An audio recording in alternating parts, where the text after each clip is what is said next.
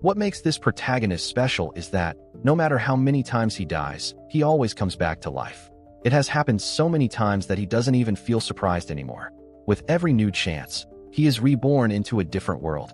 Some of those worlds were set in the distant past, in ancient times, while others existed in far-off futures, where humanity had already mastered space itself.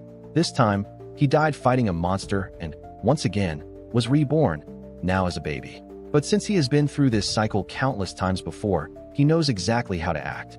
He is practically an expert when it comes to reincarnation. Now, let's see what he will do in this new life. He starts by observing the place where he is. Judging by the furniture and the decoration of the room, he quickly realizes that this must be a world similar to the Middle Ages, and with all the experience he has accumulated, it's easy for him to tell that this place is not Earth. That leads him to believe he might be in a fantasy world. Even though he prefers technological worlds, which are cleaner and more advanced, he is still happy that he wasn't born into a poor family this time. The fact that there are maids in the house shows that his new family seems to be fairly well off. And to top it all off, he is also glad that his new mother is so beautiful. Even though he doesn't understand the language she speaks, he can feel her affection. The way she holds him carefully, afraid of dropping him, and the tenderness in her eyes make it clear that she truly loves him. And that alone already means something very special. In his other lives, he had all kinds of mothers. Some were loving, others abandoned him shortly after birth, and some even exploited him as cheap labor. But now, he feels that things will be different. When a maid enters the room and asks to hold the baby, calling him a prince, he is taken by surprise. He never imagined that he would be reborn as part of royalty. Even so, something catches his attention. His mother, Lady Rafana, doesn't look happy. She tells the maid, whose name is Xena, that people might not consider this child a true prince. Rafana used to be just a servant herself, just like Xena, and because of that, she believes her son will never be accepted by the nobles. She says that they only call him a prince because he carries the king's blood. But since he was born to a common woman, the others already reject him. She knows he will never have the right to inherit the throne or any real power. Seeing his mother so sad, the baby reaches out with his tiny hand and tries to wipe away her tears. This deeply moves Rafana. To her, that small gesture means everything. The maid, on the other hand, thinks he was just moving by coincidence. But we know that his name in this life is Errol, and yes, he was truly trying to comfort his mother. Errol doesn't care about not having the right to the throne. In fact, he prefers it that way. It means that the powerful nobles won't pay attention to him, which leaves him free to live however he wants. To him, that's perfect. He plans to live a peaceful life, without getting involved in the problems of the royal family. And deep down, he feels that this life is going to be far better than all the others. Rafana looks at her son and wishes she could keep him happy like this forever, but she knows it won't be easy. Errol, hearing the word power while half asleep, ends up waking up and starts sucking his thumb like any normal baby. But inside, he is thinking, in a world where everything revolves around status and origin, being a prince with no chance to inherit anything is like being a pawn on a chessboard. He has no influence, no backing, and no guaranteed future. People will try to use him and then discard him, but he isn't worried. He knows he can change all of that with the abilities he has accumulated throughout his past lives. 3 months pass. Rafana watches her son sleeping and thinks about how much he looks like an angel. She runs her hand through his hair and wishes it looked more like the king's. Soon after, Xena comes in, saying that the carriage is ready. Rafana kisses her son on the cheek and tells him to behave, then leaves the room. As soon as the door closes, Errol opens his eyes. He wasn't sleeping at all. He was just pretending. He lets out a small giggle and quickly covers his mouth so he won't draw Xena's attention. He knows that being cute is hard work, especially when everyone is watching him all the time. But now it's time to act. He sits up in the crib, ready to do something no baby should ever do, begin his plan to gain power. He understands that, in any world, one thing never changes. Those with strength are the ones in control, and if he becomes strong enough, no one will dare lay a hand on him. As he begins training, Errol reflects on all the lives he has already lived and realizes that he never wasted a single one of them. One of his greatest achievements was creating a technique that allows him to train even while being a baby. This technique is called Taeyong Origin Creation, and he invented it during his 30th reincarnation. It is a true masterpiece of a technique, one that allows Errol to develop both natural chi and origin chi at the same time. What's even more incredible is that no one around him can tell that he is training at all. He does some quick mental calculations and realizes that, if he keeps this up, by the time he turns 10, he will have the internal energy of a 60-year-old man and by 20, it will be as if he had accumulated 180 years worth of power. Once he gets past the early stages, he won't even need to focus that hard anymore. He could train even while being held in Xena's arms.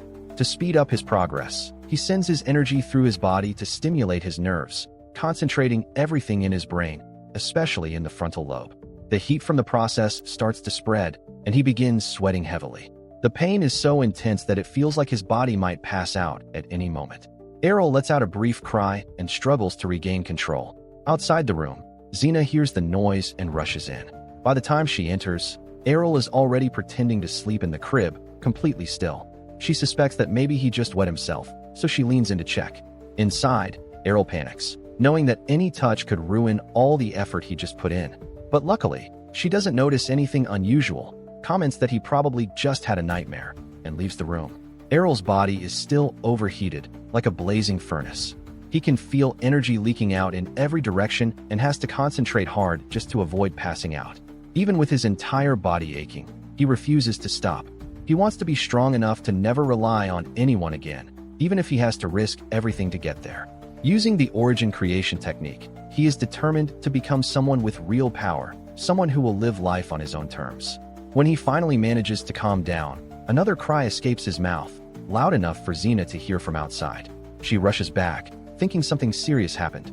When she reaches the room, she finds Errol sweating, but lying down as if he were sleeping peacefully. She decides that he needs extra care and goes to prepare a bath with herbs. As soon as she leaves, Errol excitedly hops up in the crib, celebrating the fact that everything went according to plan. When Xena returns, she picks him up and praises him for being such a strong baby. He just smiles, relieved that she didn't notice anything out of the ordinary. Thanks to the technique he created, Errol's body absorbs energy constantly, even while he is eating or sleeping. He knows that in just 3 years, he will be stronger than most adults, and by the time he turns 10, no one will be able to match him. Just imagining that future fills him with excitement. As Xena holds him in her arms, she hears a noise coming from the ceiling, but she gets distracted by Errol's smiling little face.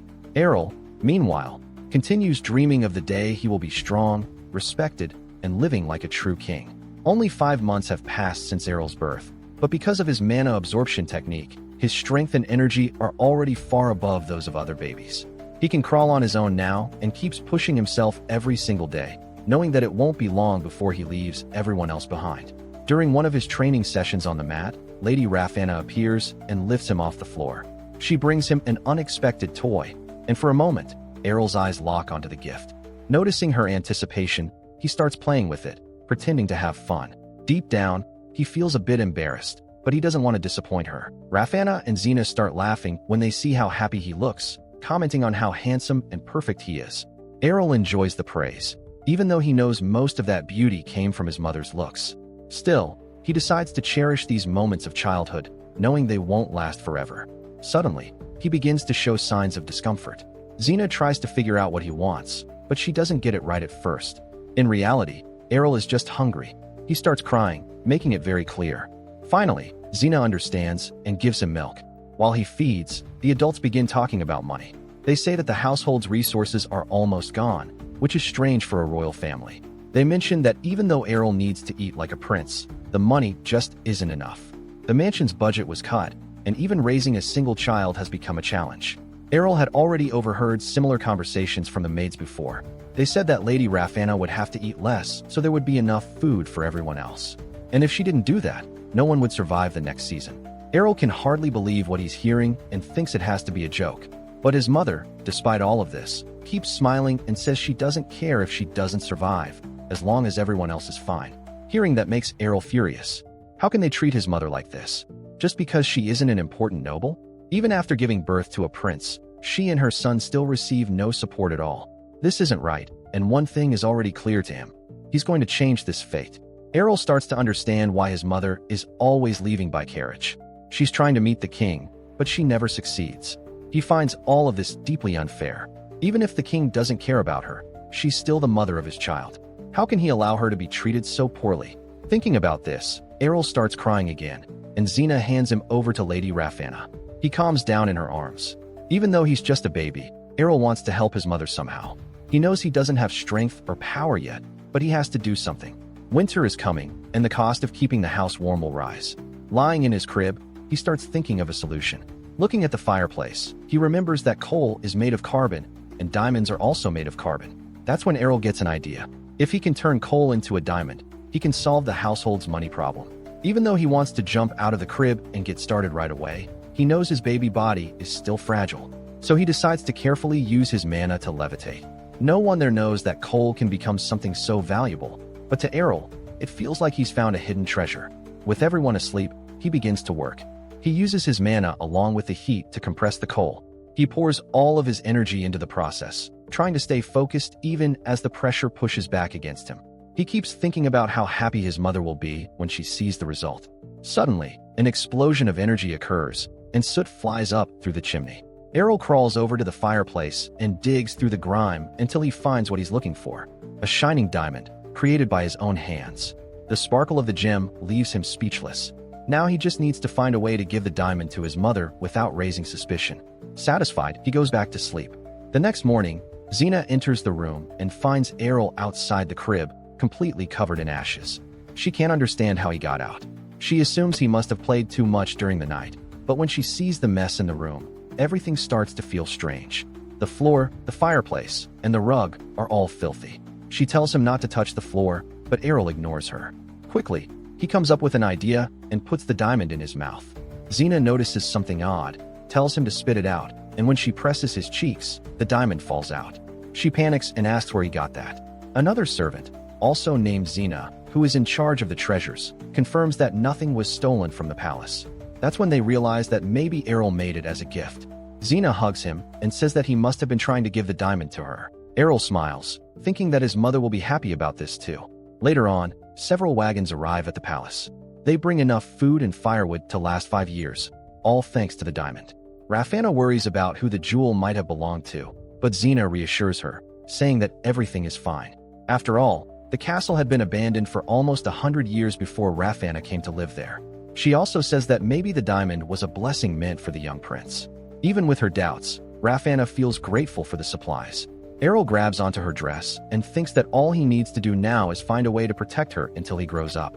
He dreams of a future where she no longer has to suffer.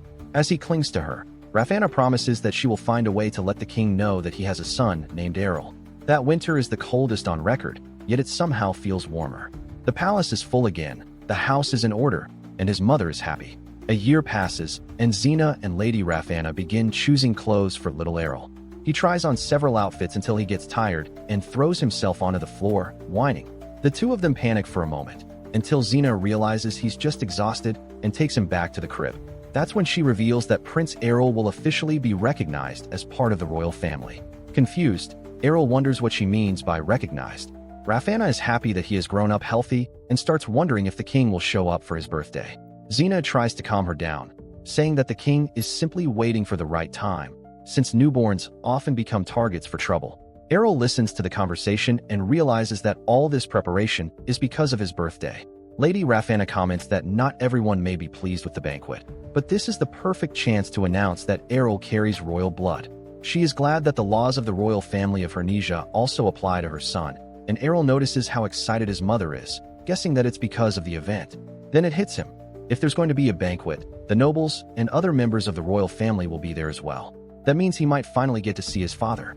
The grand banquet begins that night, and the celebration is enormous, filled with food, beautiful decorations, and important people dressed in elegant clothes. Errol is amazed by everything, thinking it feels almost like a dream. Lady Rafanna picks him up and asks if he's surprised. Everything seems so new to him, and Xena comments that this might be the first time he's ever seen so many people gathered in one place.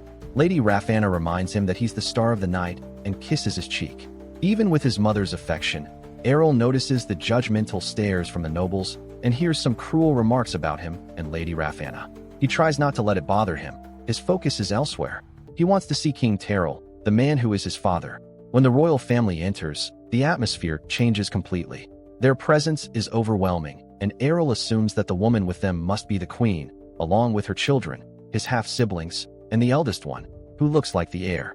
A young woman also catches his attention, acting as if she's in a world of her own. Errol realizes he will need to learn more about all of them, but as they pass by him and his mother, not a single one of them even notices their existence. Lady Rafanna senses the tension and tries to cheer Errol up, making him smile. Even though it's difficult for her, she manages to lighten his mood. All eyes soon turn to the queen, who is admired by everyone present. Suddenly, Errol notices his mother's expression change, as if something is bothering her. He looks around and understands the king has arrived. His presence is so powerful that Errol freezes for a moment. He tries to guess whether the king is looking at him or at Lady Rafanna, and at that moment, he thinks about how nice it would be to be able to read minds. As time passes, people begin congratulating him and giving him gifts, but when it's the royal family's turn, their disdain is painfully obvious. Errol feels a surge of anger and wants to run over and confront that woman who pretended they didn't even exist. But he decides to do nothing so he won't embarrass his mother. He swallows his pride and acts the way they expect him to act, because everything there is built on pretense. Almost asleep in his mother's arms, Errol notices a girl nearby. He assumes she must be the daughter of some concubine. She was far too young to be in that kind of environment, yet there was something about her that caught his attention. When the banquet finally comes to an end, he and Lady Rafanna are able to breathe a sigh of relief, but the night is still far from over. The queen approaches them and comments on how easy it is to find them, thanks to Errol's constant presence. Hearing that, Errol isn't sure whether she's showing off or deliberately provoking him. She praises Errol, saying that he looks just like his mother, but he doesn't believe her sincerity for a second. He is certain she was behind the hardships they went through. After all, even the castle's knights had been forced to work as lumberjacks, and their clothes looked like they were made from scraps. The queen wishes them a long life, then leaves with a smile that leaves a bitter taste behind. Soon after, Lady Rafanna notices the king, and when he sees her, he asks whether she has been adapting to life in the castle. She politely answers yes, but Errol knows that isn't entirely true. What she really wants is for the king to take action, to act like a true father. Seeing this, Errol suddenly starts crying loudly, and the king asks to hold him. It is the first time the king has seen Errol in an entire year. The king looks confused, since many of his children cry when they see him, but Errol simply smiles instead.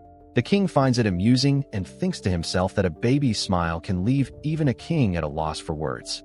He even comments that he might raise the boy himself in the future, but Errol doesn't want to stay in his arms. He squirms around, making the king believe that he wants to walk. Lady Rafanna explains that he can't walk yet, since he's only 1 year old, but seeing that, Errol decides to prove otherwise. He takes his first steps right there in front of everyone, and the entire hall erupts in excitement. Everyone starts cheering. Even the king looks surprised and impressed. Errol wants to show that he isn't an ordinary baby, but when he leans against the table for support, he suddenly falls. As a result, food and drink spill all over him, and everyone panics. But this was nothing more than a little performance by Errol. He did it on purpose. Seeing Errol completely soaked in wine, the king says that he needs to change clothes.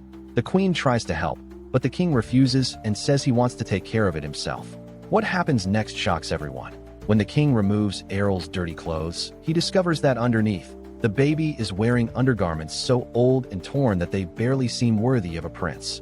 Xena, confused, says that she had dressed Errol in clean clothes that very morning, and the king realizes just how difficult his son's life has been up until now. The people around them begin to whisper, calling it shameful, and irritated by the comments, the king raises his voice and orders everyone to be silent. His words echo throughout the entire hall, frightening everyone present. He then looks at Lady Rafanna and seems to truly realize, for the first time, just how badly she and her son have been treated there. Meanwhile, Errol is satisfied, because everything went exactly as he planned. His clothes were deliberately ruined. That very morning, while Xena was dressing him, he used all the strength he had to tear the fabric without anyone noticing. After that, with a bit of magic, he made them look even worse. His goal was clear, to show just how miserable their situation really was. If he were older and stronger, he could have done it without magic, but in his current state, that wasn't possible. The king then asks Lady Rafanna how this happened, how things were allowed to reach this point. But when he sees her condition, he stops himself. Instead, he calls over one of his officials and demands an explanation about the money that was supposed to be sent to the concubine's castle. The king says that he had already given clear orders. The funds were to be distributed fairly. So why did that castle look so abandoned? He demands a financial report immediately, and Errol watches everything closely, realizing that his father is genuinely trying to fix their situation. Errol feels a surge of anticipation, eager to see what the documents will reveal. Lady Rafanna, on the other hand, grows nervous and tries to ease the tension, saying that there must have been some kind of mistake, and asks for Errol back. But Errol knows this is his only chance, and he has no intention of letting it slip away. The royal secretary arrives with the papers, and as the king reads them, his expression turns completely shocked. Without thinking twice, he burns the documents with magic right in front of everyone. The act surprises even Errol, who hadn't expected the king to be so unaware of what was really going on. It is obvious that the queen is the one at fault. The king stares at her and asks if she knew about all of this. She pretends to be surprised, but he doesn't believe her. He reminds her that managing the palace's budget was her responsibility, and his expression grows even more severe. The eldest son seizes the moment to try to defend the queen, his mother. He stands up and says it must have been a mistake, that his mother would never do something like this on purpose. Instead of helping, that only angers the king further. He says that as the one in charge, she is responsible for her subordinates' mistakes, and that because of this failure, his youngest son went hungry and lacked even proper clothing. The eldest prince then looks at Errol, filled with guilt, making the situation even more uncomfortable. He clearly lacks his father's authority and his mother's cunning. So the king asks if he truly believes his mother knew nothing about it. Without even waiting for an answer, he turns back to the queen and tells her how deeply disappointed he is in her. Lady Rafana tries to protect her, saying that the blame is hers instead, but the king doesn't understand why she would blame herself. He says that the simple fact that she is the mother of his child should have been enough to guarantee her respect from everyone. Next, he takes her hand and asks her not to lower herself like that. And, well, that immediately infuriates the queen and her eldest son. The king then demands that the person responsible be found and makes it clear that something like this must never happen again.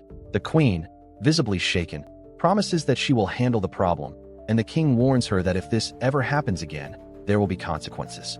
She keeps apologizing and insisting that she will find the culprit, yet she seems unable to understand why the king is so furious. Rafana also grows tense, and Errol notices that his mother is defending the very woman who most likely caused all of this. He cannot understand why she would do that, and while the queen keeps promising that it will never happen again, Errol realizes that she does not look remorseful at all. Instead, she simply intimidates everyone around her with her overwhelming presence. And just like that, Errol's birthday comes to an end. The issue involving the money appears to have been resolved, and later it is officially announced that the queen was not at fault. They claim that a low-ranking noble family was responsible for everything. So they are accused, they confess, and shortly after that, they are executed without a trial. This makes the servants question why everything happened so quickly, and no one can understand how that family could have embezzled such a large amount of money in the first place. Almost everyone feels relieved that the problem was, quote-unquote, resolved. Everyone except Errol himself. He knows that the true culprit walked away untouched, and even though the case was officially closed, to him it all feels deeply unjust. He decides that when he grows up, he will teach everyone involved a lesson, but for now, he is trapped in the body of a baby, and his main concern is food. He cries to be fed and is soon spoiled with small spoonfuls of delicious food. Deep down, he is actually quite happy, but he knows he needs to grow stronger if he ever wants to make a difference. After thinking it through, Errol realizes that, in the end, all he really needs to do right now is eat and play. Once his belly is full, he feels sleep creeping in and decides to take a nap. Sometime later, he wakes up to the sound of a carriage stopping in front of his home and quickly flies over to the window to see what is happening, while his nanny continues to sleep soundly. Outside, he sees a group of people stepping out of the carriage, and shortly afterward, 3 of them enter his room: his mother, an adult woman, and a little girl. Errol remembers that the nanny is still there asleep, and if she were to see him using his powers, she might discover everything. So he quickly flies back and starts pinching her cheeks to wake her up.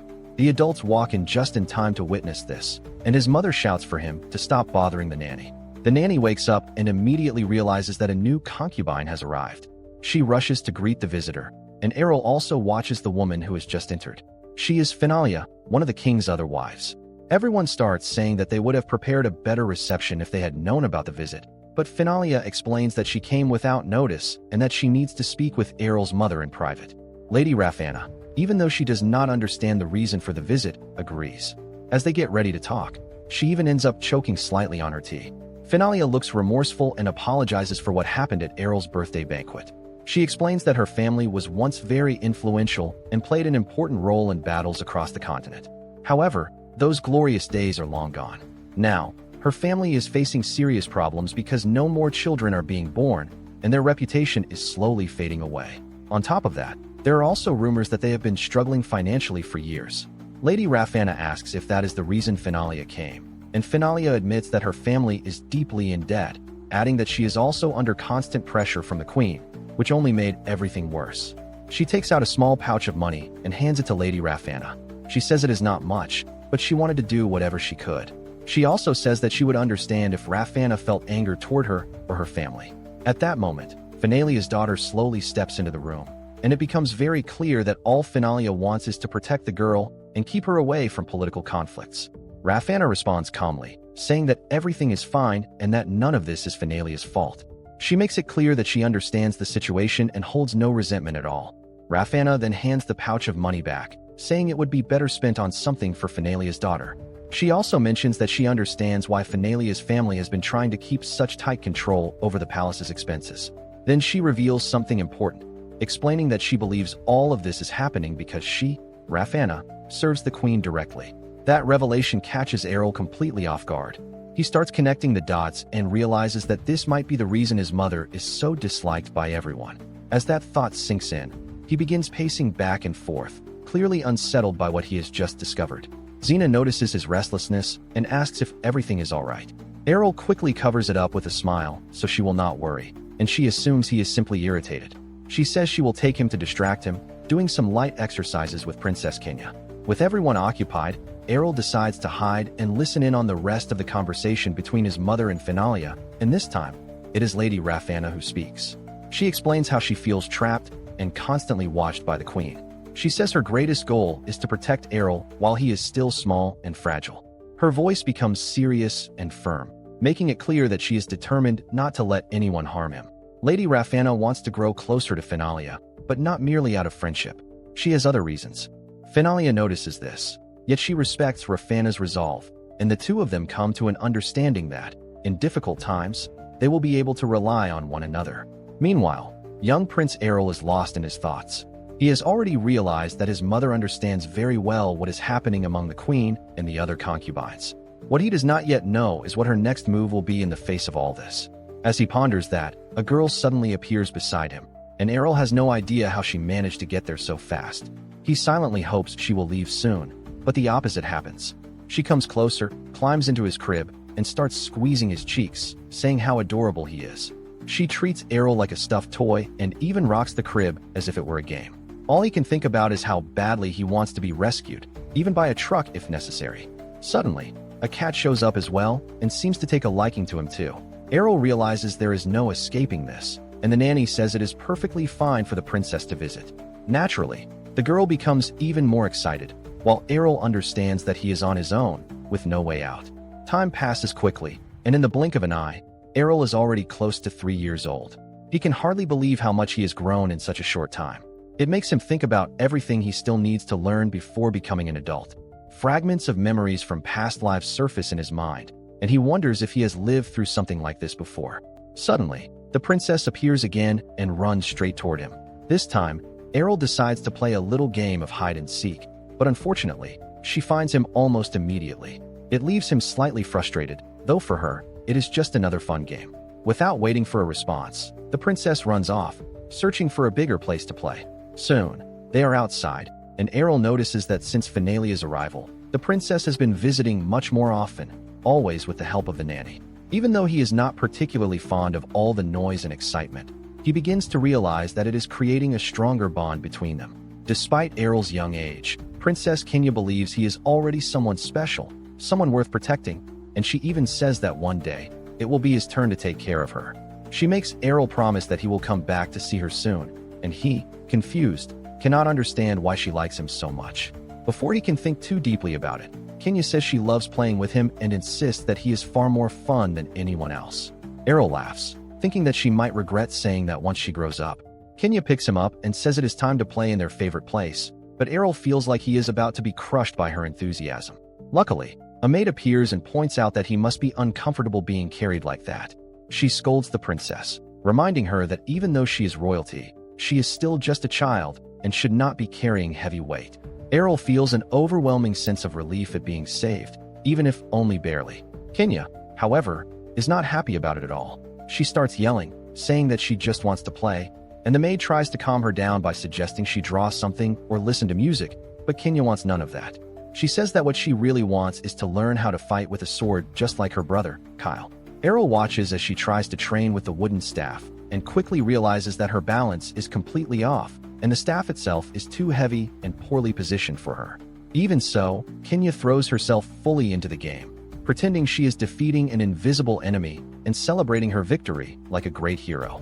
The maid tries to explain that Kenya cannot train the same way Kyle or Lenny does. This only irritates the princess because she cannot understand why boys are allowed to do it and she is not. The maid says that it is not proper for a princess to dirty her hands with this kind of thing, reminding her that she is supposed to act with elegance. But Kenya does not care about any of those rules. She grabs the maid's own sword and, before anyone can stop her, starts excitedly talking about learning swordsmanship. The maid panics and rushes after the princess, begging her to give the sword back or at least take the scabbard with her. Errol watches the scene unfold and realizes that he is starting to like Kenya more and more. Time passes, and now Prince Errol is already 5 years old.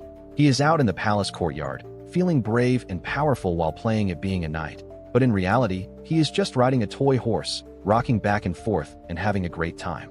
Xena, his caretaker, helps with his training and says that it is time for him to try riding a real horse. But Errol immediately refuses, saying it is far too dangerous. Xena insists, saying that a prince's age should like horses, swords, and things like that. But Errol simply replies that a prince does not have to do all of that. This leaves Xena a little disappointed, making her feel like he lacks ambition. But the truth is that Errol is not an ordinary boy. In fact, this is already his 100th life. He has lived so many times that he has lost count. And what he learned across all those lives is that being too good at anything only brings trouble. Whenever he stood out in combat, magic, or any other talent, he ended up attracting dangerous people or being used by others. That is exactly why, in this life, he just wants to live calmly, especially since he was born a prince. He wants to enjoy comfort without drawing attention, and once they return to the castle, he tells Xena that he wants some time alone. She agrees, but gives him a slightly suspicious look. As soon as she leaves and he closes the door, Errol lightly kicks the floor and simply stands there, doing nothing at all. Later on, he gets himself into trouble again. Xena is upset and asks why he hates studying so much. She says that a 5-year-old prince should already be excited to learn, but Errol does not care. He has no interest in the world or in gathering knowledge. Xena even jokes during the conversation, saying that he sounds like someone who has lived 100 lives, but Errol cuts her off, telling her that it is not her fault he feels this way. Deep down, he has already decided that he just wants to enjoy this life, without any rush. It is a true live-in-the-moment mindset. After so many lives, all he wants now is to rest and enjoy himself. Even so, Xena reminds him that now that he is 5 years old, palace rules require him to start studying. She brings simple books, chosen especially for him, but Errol picks one of them up and starts spinning it around like a toy. Xena grows irritated and tells him that books are meant to be read, not played with. She tries to guilt him, saying that many children would give anything for the chance to study, but Errol still does not care. Instead of reading, he simply starts stacking the books, as if he were building a little house. Xena tries to make him stop and sit down properly, but he completely ignores her. When words fail, she watches him slip into full drama mode, whining and yelling that he is not going to study. Suddenly, the doors swing open and Errol's mother walks in with that unmistakable look of enough is enough. And, let's be honest, nothing is more terrifying to a child than the serious stare of an angry mother. Immediately, Errol drags himself over to the library and starts studying, of course, complaining the entire time. Even with the book open in front of him, he thinks that all of this is pointless. In his mind, if parents truly cared about his education, they would also make sure he was safe. But in that world, being talented is practically an invitation to trouble. The more exceptional a child is, the greater the danger they face, and that danger often spills over onto the people around them as well. Errol finds all of it deeply unfair, but he has already accepted that this is how things work. All he wants now is a peaceful life, free from threats and stress. As he drifts through these thoughts, Xena pulls his attention back, telling him that he needs to make an effort to make others proud. Errol listens, thinks it over, and decides that this is still too much for him to deal with right now. Xena does not let it go and warns him that if he keeps acting like this, his mother will end up feeling sad, and that hits him right in the chest. Even though he hates studying, he decides to try, just so he will not disappoint his mother. One thing, however, he makes very clear.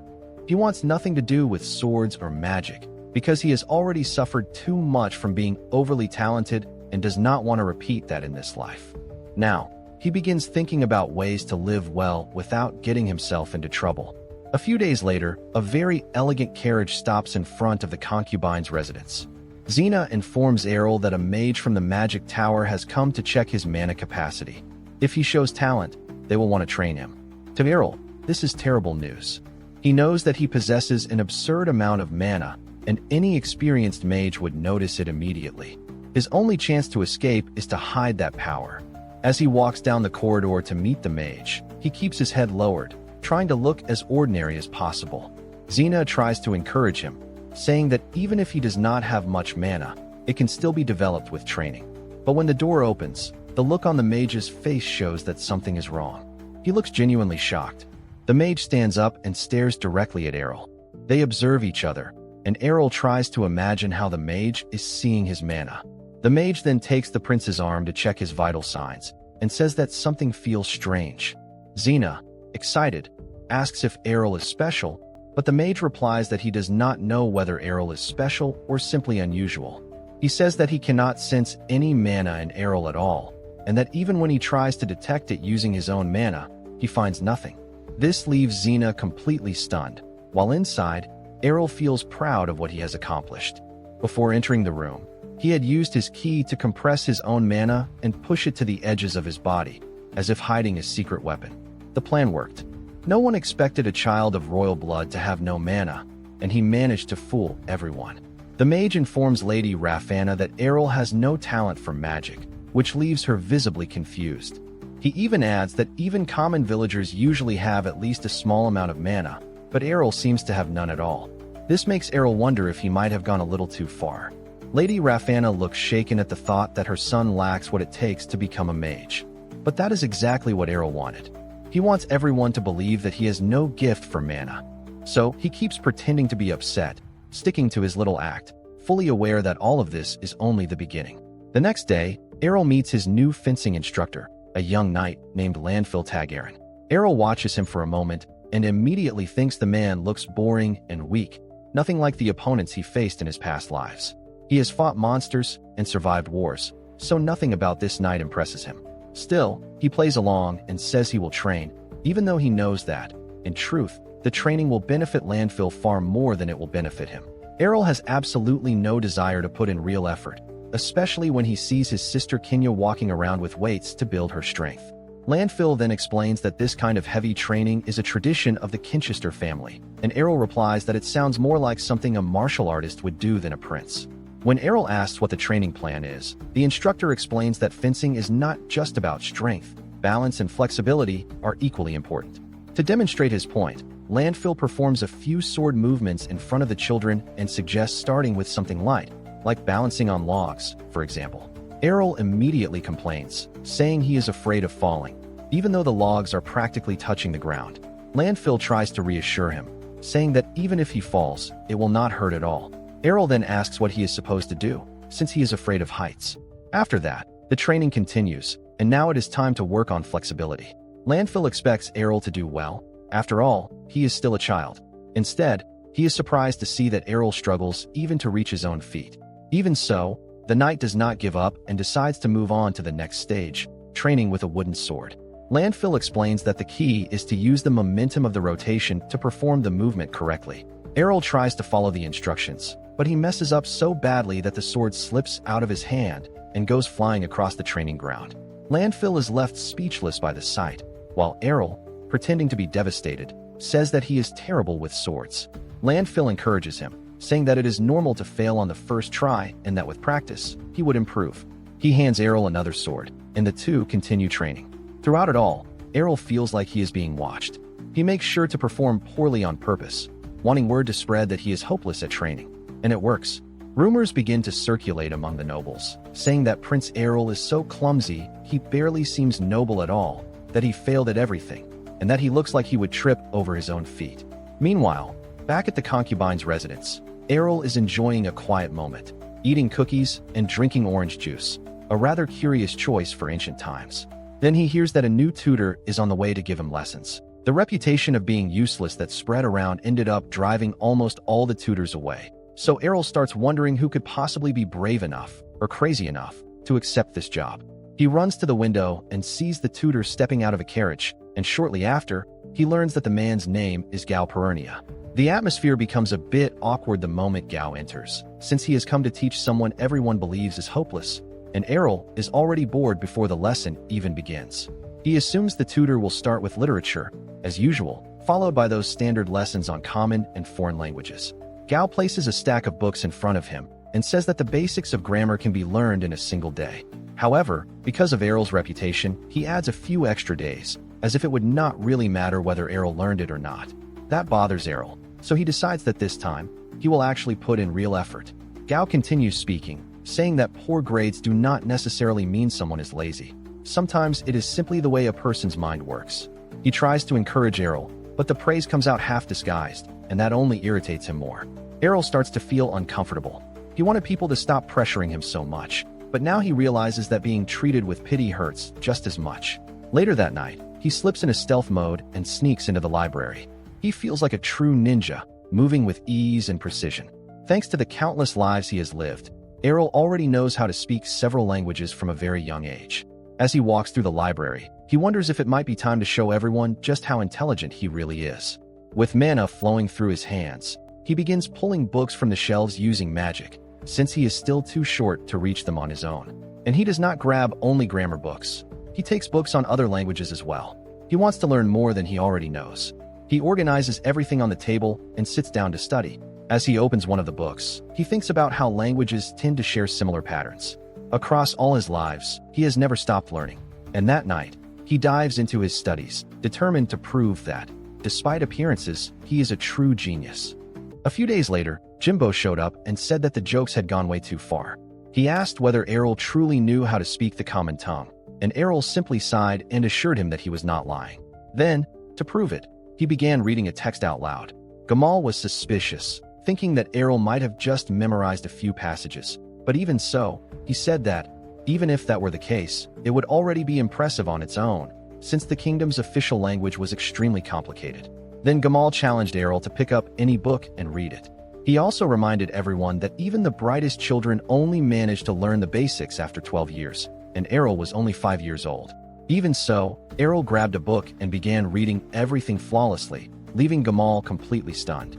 And that very night, rumors about Errol started spreading. Before, everyone laughed at him for being clumsy and terrible with a sword, but now the story was different. The gossip claimed that, in just 2 days, he had already mastered the common tongue and could even solve math problems in his head as if it were nothing. That was how the reputation of Errol the Genius was born. But where did those rumors come from? Well, inside a tavern, someone talked more than they should have. Or rather, drank more than they should have. Jane Bay, Errol's tutor, was drunk and bragging to everyone. He kept saying that he had always believed in the prince's talent when no one else did. He repeated over and over that talent only needed the right tutor. And of course, he placed himself as the one responsible for Errol's brilliance. That conversation eventually reached the king's ears, and, impressed, he commented to Lady Rafanna that perhaps the boy had never done well with swords and magic simply because that was not his true field. And so, Errol began his new life as a prince recognized for his intelligence. A few days later, Errol noticed that there were many more guards stationed near the concubine's castle. He quickly understood that, since he could neither fight nor use magic, the king had probably sent the guards there to protect him. This made Errol happy, thinking that the king must have been in a good mood. And on that same day, Xena left a huge chest there, and Errol's mother explained that it was a gift from the king. When Errol opened it, he found piles of gold coins, shining jewels, and several treasures inside. Among all of it, a chain caught his attention, and Xena asked if that was perhaps the most valuable item. But Errol said he did not care about value, only that it was the most incredible thing in the chest. He then put the chain on and commented that it helped him think faster and prevented fatigue, almost like a super brain.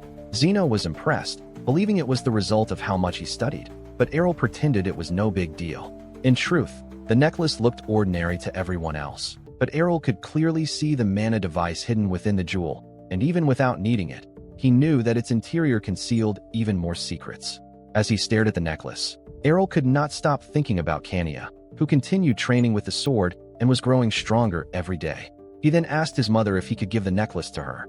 Rafana, gently patting her son's head, said that since it was a gift from the king, he would be happy with that as well. After that, she asked what he liked so much about Kania. Errol replied that it was her strength, and that made all the maids burst out laughing. The entire castle was happy that day, happy to see that the prince was loved by the king. Even the guards began bragging about being able to work at the concubine's castle. Days later, Errol was sitting at the dining table with Xena. She said that all the dishes he had requested were ready. Then she asked what he thought, and as he tasted them one by one, he was not satisfied with any of them. Irritated, he kept searching for something better, and Xena asked him to slow down. She asked if any of them were good, but Errol complained, saying that none of them were good enough or with trustworthy alchemists, and besides that, he also asked whether Errol needed anything else. Xena commented that those desserts had been prepared by the best chefs available and even offered to call one of them over. That was when Errol had a sudden realization. What he needed was not a cook, but an alchemist. This left Xena completely confused, and meanwhile, Errol began drifting into his thoughts, remembering Coca-Cola and the old snacks from his past life, the ones he missed so much. Just imagining the taste of Coke almost made him drool, and he knew he would need an alchemist to recreate it, though he also understood that it would be far more difficult than it sounded. Confused, Xena asked why he would need an alchemist, and Errol realized that he had spoken out loud without meaning to. He considered explaining, but gave up, since it would sound strange, especially coming from an 8-year-old child, and instead of talking, he began organizing the problem in his head. The kingdom lacked both the techniques and the ingredients needed to create anything remotely similar to Coke, and the more Errol thought about it, the more he realized how complicated it truly was. It was not just about ingredients, but about multiple processes that simply did not exist there. Feeling a bit discouraged, he went back to daydreaming about the possibility of drinking soda again, but soon reminded himself that he was supposed to be a genius, and that if anyone could figure it out, it would be him. Suddenly, he jumped out of bed and ran out of the room. Xena was left completely bewildered and asked where he was going, and he replied that he was going to study, leaving her confused, unsure if she had really heard him correctly. As he ran through the castle, Errol focused on a single thought, and that was chemistry, because cooking and chemistry had always gone hand in hand. That was when he became certain that alchemy was the key to uncovering the secret behind Coke. Several years passed, and now Errol, at 8 years old, was already leading meetings. Seated at the head of the table, he discussed bridge constructions in commercial areas. One of the supervisors asked for his opinion on the plans, and Errol praised the drawings, but then asked who had designed them. When the responsible man stepped forward, Errol's expression changed, and he said that if he showed up with another useless project, he would be fired, plunging the entire room into silence. The boy explained that the project would work for a while, but would turn into a disaster during winter. With the weight of accumulated snow, the wooden sections would collapse, since the design focused more on beauty than on safety.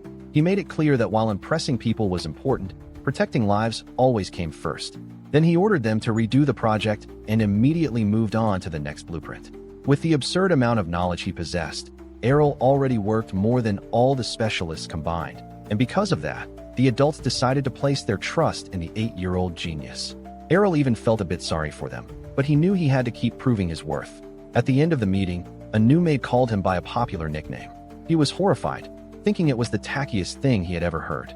Realizing that the maid was new, he asked her never to call him that again. She promised she would remember, but moments later, she repeated the nickname, and Errol began thinking to himself, in silence, about how ridiculous it was. On the way out, the carriage departed. Lady Rafana, looking out the window, asked Shayna whether Errol was heading somewhere important. Shayna explained that he was going to meet the king and almost revealed the boy's interest in alchemy. Inside the carriage, Errol tried to imagine how the king would react to his request, and even though he felt confident, he still found himself uneasy in the presence of the great king. When they finally met, the king asked why he wanted to study alchemy. Errol explained that he wanted to help the kingdom even more, since he was not skilled with the sword or with magic. His true strength lay in knowledge. Hearing that, the king was impressed by the boy's maturity and agreed to help him, promising to place him under the guidance of trusted alchemists. Errol politely said that if he needed anything else, he would not hesitate to ask later. The king was pleased with that response, and Errol left happily, knowing that his plan had worked. The news then spread very quickly, and soon the kingdom's alchemists began appearing, eager to show their skills to the boy. They were all seeking recognition, so it was no surprise that, when Demon Rinchi was chosen, He was already famous for creating special mirrors capable of reflecting sunlight across extremely long distances. Those mirrors had already been used at the Western Fortress to drive away invaders. A few days later, Errol met Demon at the concubine's castle. Demon praised the garden, but Errol was far more interested in him. Based on his reputation, Errol had expected to meet an older alchemist, but instead found someone who looked surprisingly young. Noticing his surprise, Demon explained that his white hair was the result of an accident involving several toxic gases years earlier. That made Errol realize that Demon had nearly died during his studies.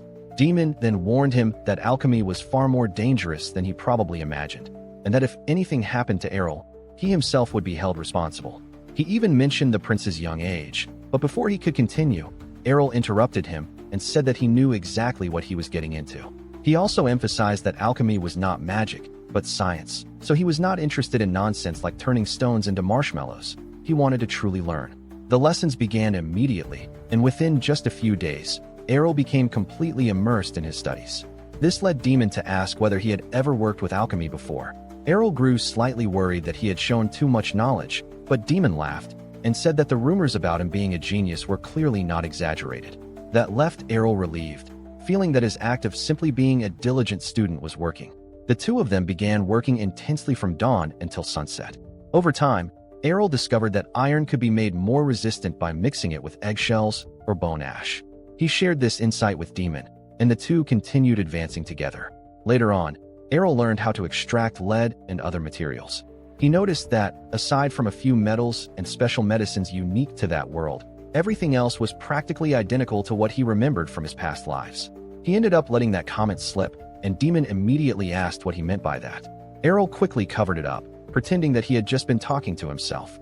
Seeing that everything was progressing smoothly, Errol wrote a letter to the king requesting even more alchemists. The king approved the request immediately and ordered them to be summoned. Only one advisor showed concern about the costs, but the king interrupted him, saying that he trusted Errol's work would bring great benefits in the future. Back at the castle, Errol shocked everyone by announcing that he wanted to create a soft drink, a soda. The alchemists were stunned and asked whether he truly intended to spend time working on food. Errol replied enthusiastically that that was exactly what he wanted. He explained a few basic principles, but quickly noticed their disappointment. They had arrived expecting grand achievements, only to be asked to make beverages. One of them complained that he had abandoned a teaching position at the Alchemy Academy just to end up becoming a cook's apprentice. Then Errol, trying to calm everyone down, promised that they would all be well paid regardless of the outcome. That settled things, and they began discussing ideas. The first step was obtaining carbonated water.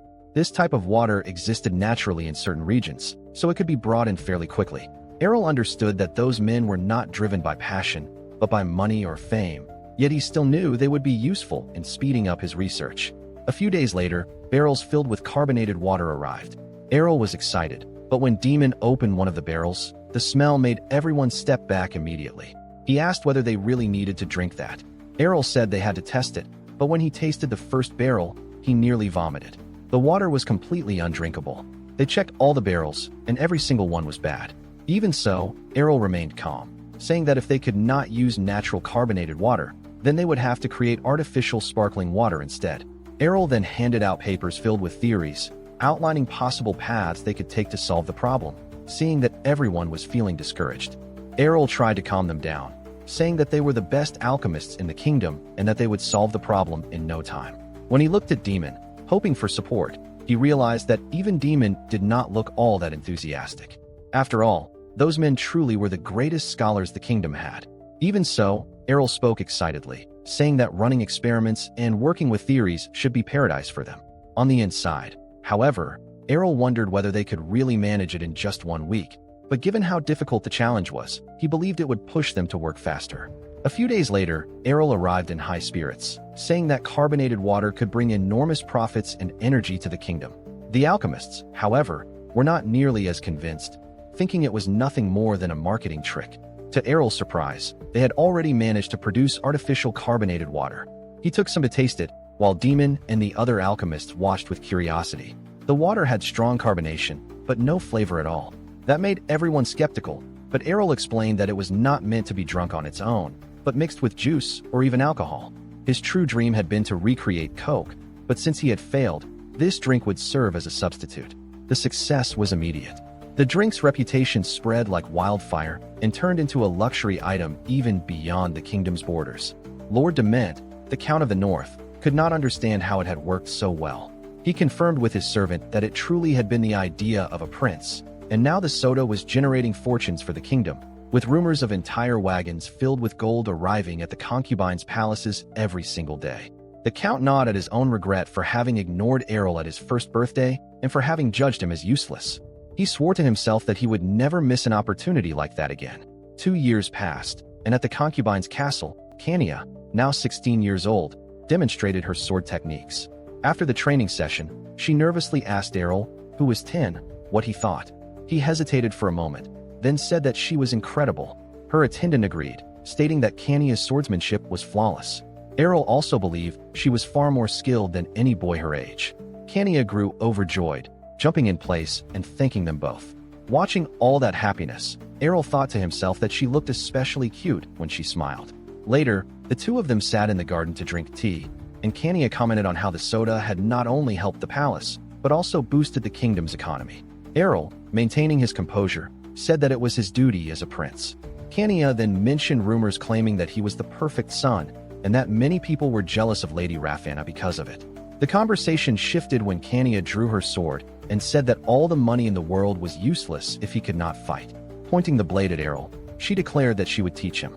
Completely unimpressed, he thanked her, but declined, thinking that he had no interest in becoming a swordsman in this new life. Even so, Kania did not give up and suddenly attacked Errol, forcing him to defend himself. He realized that it would be easier to go along with her game and play along.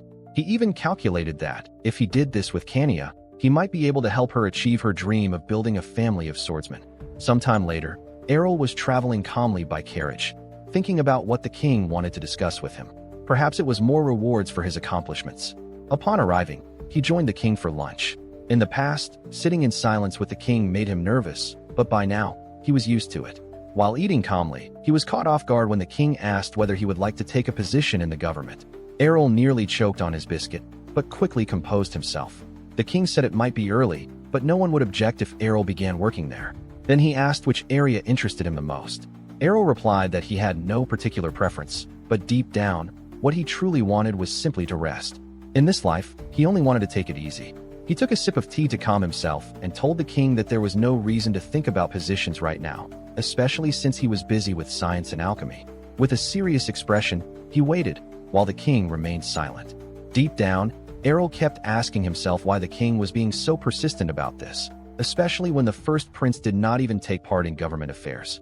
He also thought about the queen, and about how the firstborn had always been quiet. That made him remember how careful he was to never overstep his boundaries with them. He even felt lucky that the ball had been cancelled because of the eccentric prince's commotion. After all, being liked by the king was one thing, but having his trust to take on something truly important was an entirely different matter. Errol hated gossip and had no desire to get involved in sibling intrigues. That made him wonder whether the king was deliberately trying to create a rivalry between the two of them, because to him, survival was not just about being clever or strong. Leaving the palace to think things over, for the first time since leaving the concubine's palace, he went a bit farther out and rode on horseback. That alone made him feel good, this time riding a real horse. The ride began to excite him, and the wind against his face brought a sense of freedom he had not felt in a long time. After so much work and study, he remembered his other lives, when he traveled across different worlds simply to seek out powerful opponents. But now, just riding like this was enough to satisfy him. Suddenly, Kania asked him to slow down, surprised by how easily he handled the horse. Errol commented that the credit belonged to the horse, not to him. As they talked, Kania mentioned that she had not asked for so many guards to accompany them, but Errol replied that since she was a princess, security had to come first, even if it cost her a bit of freedom. Not long after, Errol began to feel a strange energy coming from ahead, heavy and mysterious. He stopped his horse, thinking it might be magic. Kania then asked why he had stopped, and he made up an excuse, saying that there might be monsters in the forest. Kania asked how he knew that, and Errol tried to improvise, claiming that he had a sixth sense for those things. In truth, this had started days earlier, while they were eating. Errol had mentioned that he had a strong sixth sense, and that something felt wrong ahead. Kania had not believed him, and had ridden straight toward the energy he was feeling. Desperate, Errol shouted for the knights to protect his sister, and one of them even thought to himself that the path they were taking led straight to the princess's training grounds. Surprised, Errol asked about that training field, but in the end, he simply followed Kania, who seemed to know exactly where she was going. Riding side by side, the two of them moved forward as she explained that traveling was like training, and training was like traveling. Everything was one great form of enjoyment. To Errol, however, it felt far more like punishment. She then commented that Errol would have come along no matter what, because he trusted her, and that she had already promised to protect him if any monsters appeared. That answer satisfied Errol, and he thought about how incredible she truly was. When they reached the training grounds, Errol immediately began laying out his strategies. He decided that the troops would drive the monsters in from one side, Kania would advance from the other, and the remaining forces would deal with any that fell into the trap. The plan was to conserve energy and allow Kania to display her talents.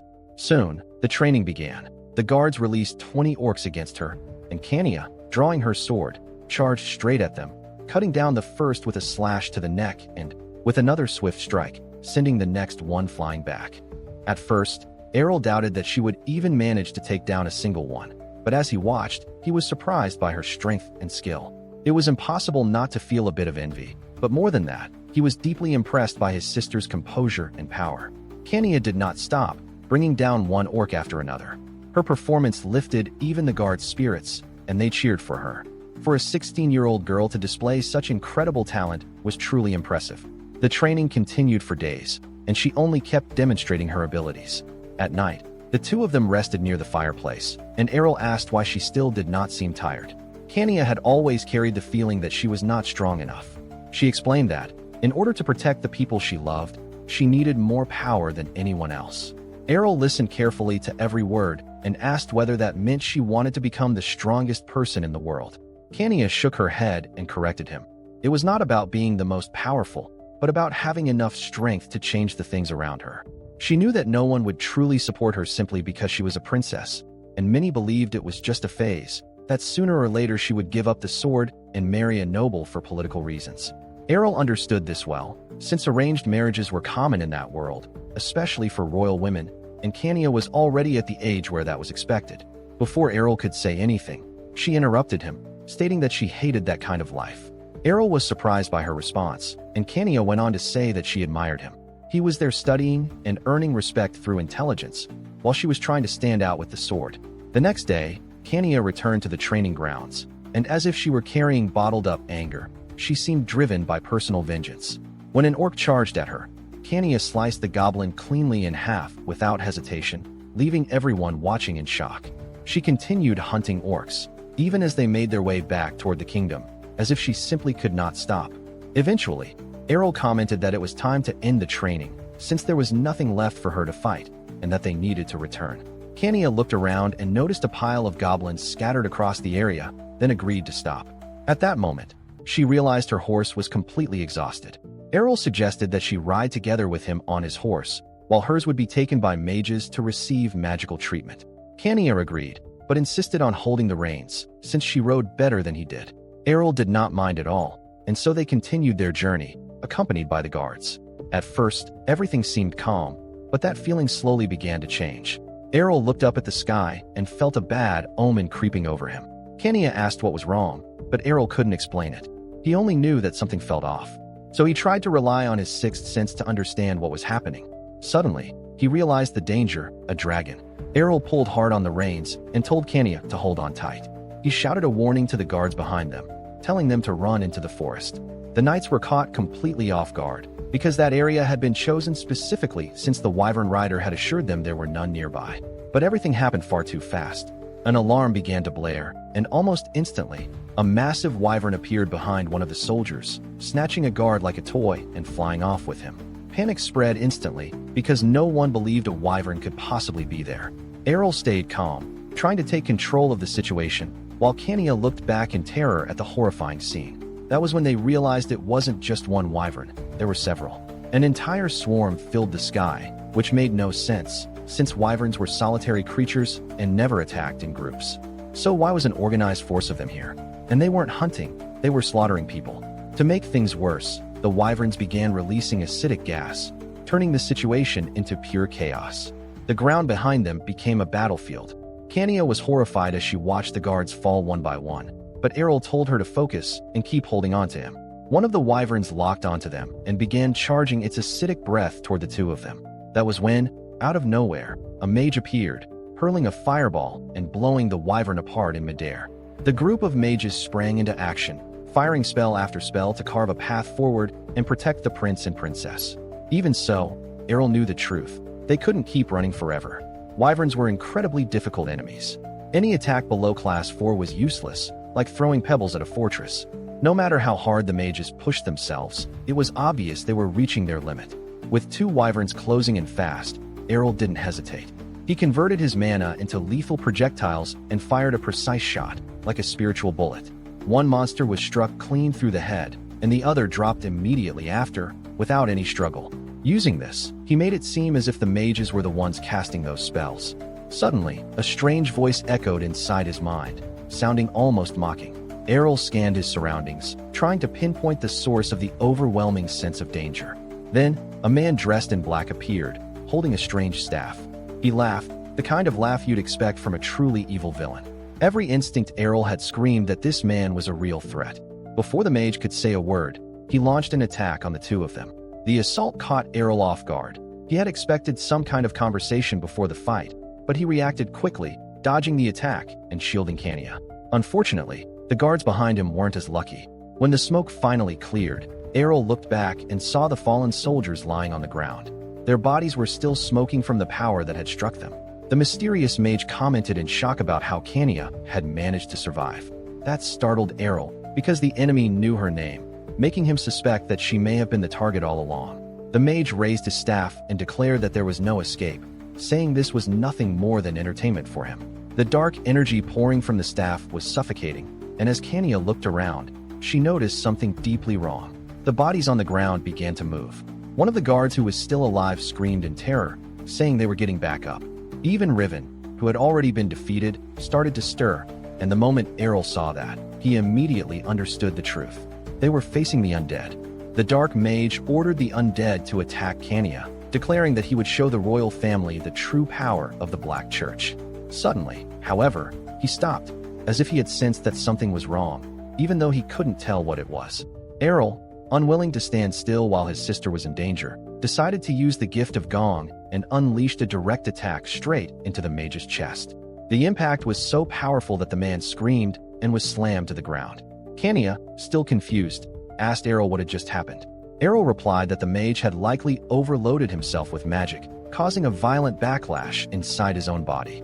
Even with the mage defeated, the spell was still keeping the undead on their feet. The guards then told Errol and Kania to run, promising they would hold the monsters back. Before leaving, Errol told them he trusted them to finish the fight. He and his sister escaped into the forest, and when night fell, they took shelter beneath a cliff and set up camp there. With Kania still shaken, Errol tried to calm her down, explaining that without the mage, the undead wouldn't be able to stay active forever, since there was a limit to mana. As he prepared to light a fire, Kania asked how Errol knew how to do something like that, since he spent all his time in the castle. A little embarrassed, Errol explained that it was just a matter of rubbing 2 flammable materials together to generate heat, something simple. He added that if she hadn't been watching so closely, he would have just used mana to create the fire. After a few failed attempts, he finally managed to light the campfire, and Kania joked that maybe she should have skipped that particular training session. Errol made it clear that none of this was her fault. It had simply been an unexpected situation. She then asked if he had been scared during everything that happened. Errol hesitated, but chose to be honest. He said that members of the royal family had to hide their fear, even when they were terrified inside. He admitted that the Irvins had truly been frightening. Hearing that, Kania placed her hand on him and thanked him for staying by her side the entire time. Moved, Errol said he had known how scared she was from the very beginning, and that it broke his heart to see the guards die for nothing. He understood that the royal family would always be a target for assassins, but this was the first time Kania had ever faced real danger like that. Suddenly, they heard a loud noise coming from the sky. Riven and Griffo were fighting in midair. Startled, Kania wondered why they were battling at a moment like that, and Errol noticed a nest on the cliff. He realized Griffo's chick was there, and Riven managed to bite Griffo's neck, sending him crashing down onto the rocks below. Terrified, Errol and Kania ran to avoid the falling debris. When the dust finally settled, they saw the wyvern flying away, likely driven off by the scent of Griffo's blood.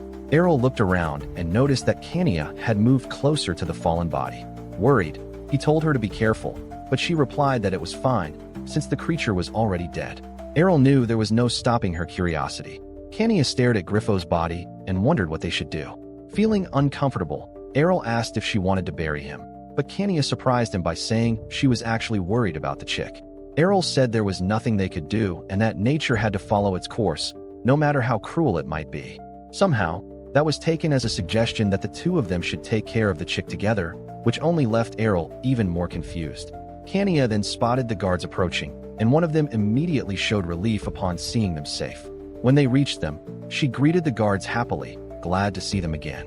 One of the guards reported that no one else had been injured after the undead spell was broken. However, everyone was shocked when they noticed that Kania was holding a small Griffo in her arms. Errol, feeling a bit nervous, thought this was the perfect moment to stop his sister from keeping the chick, but one of the guards commented that it was already far too late for that.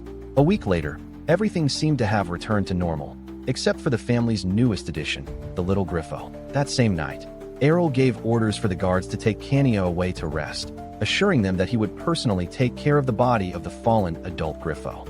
While the camp was being set up, the prince carefully used his sword to open the creature's chest and extract its magic core.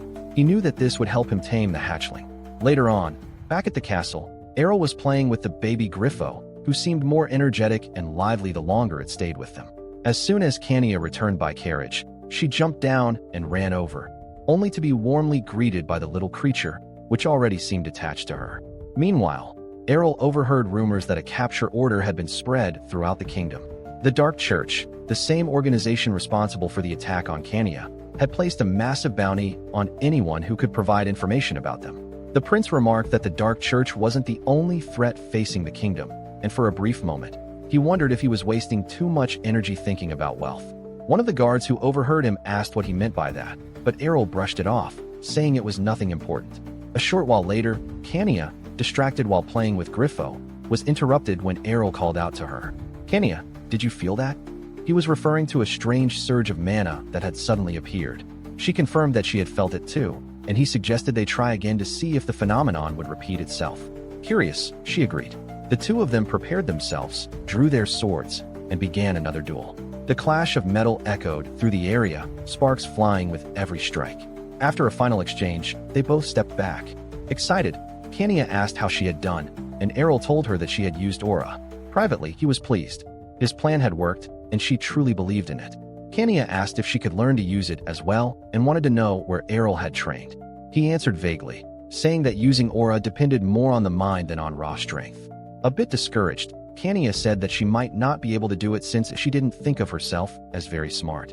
Errol corrected her, explaining that it wasn't about intelligence, but about control. She joked that that must be because he was a genius, but he assured her that with training, she would learn too.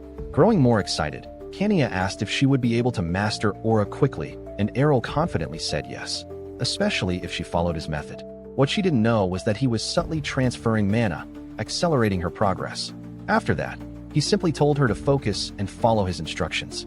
Outside, one of the guards listened to their conversation from the shadows. Weeks passed. Whenever Kania appeared riding Fly, she trained swordsmanship and aura alongside Errol. To everyone's surprise, she became an aura user at an astonishing speed. One day, while admiring her sword, Kania asked if that was truly the power of aura. Errol congratulated her, but reminded her that this was only the beginning of her journey.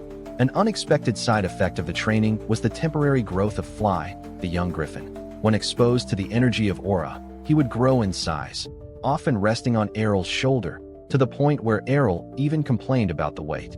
Even after Fly returned to his normal size, Errol told Kania that this was only the first step. They needed to train more in order to learn how to control strength, movement, and fully harness the power of aura. He even imagined that one day Kania might be able to use aura while riding Fly. She laughed at the idea, thinking it was too bold, but Errol insisted that he was serious. While gently stroking the griffin, Kania asked if he truly believed that could happen. Errol answered that he did, and that the day would come sooner than she thought. Suddenly, the door opened, and a voice announced the arrival of His Majesty. Startled, Errol and Kania turned around, confused as to why the king was there, since he was supposed to be busy with matters in the north. The king entered accompanied by Lady Rafanna, and Errol hurried to greet them with respect. The king remarked that he had heard about their fencing training. The prince tried to downplay it, saying it was nothing serious. But the king, clearly pleased, stated that he wanted to personally follow Errol's growth in every field. At that moment, two servants entered, carrying a large chest.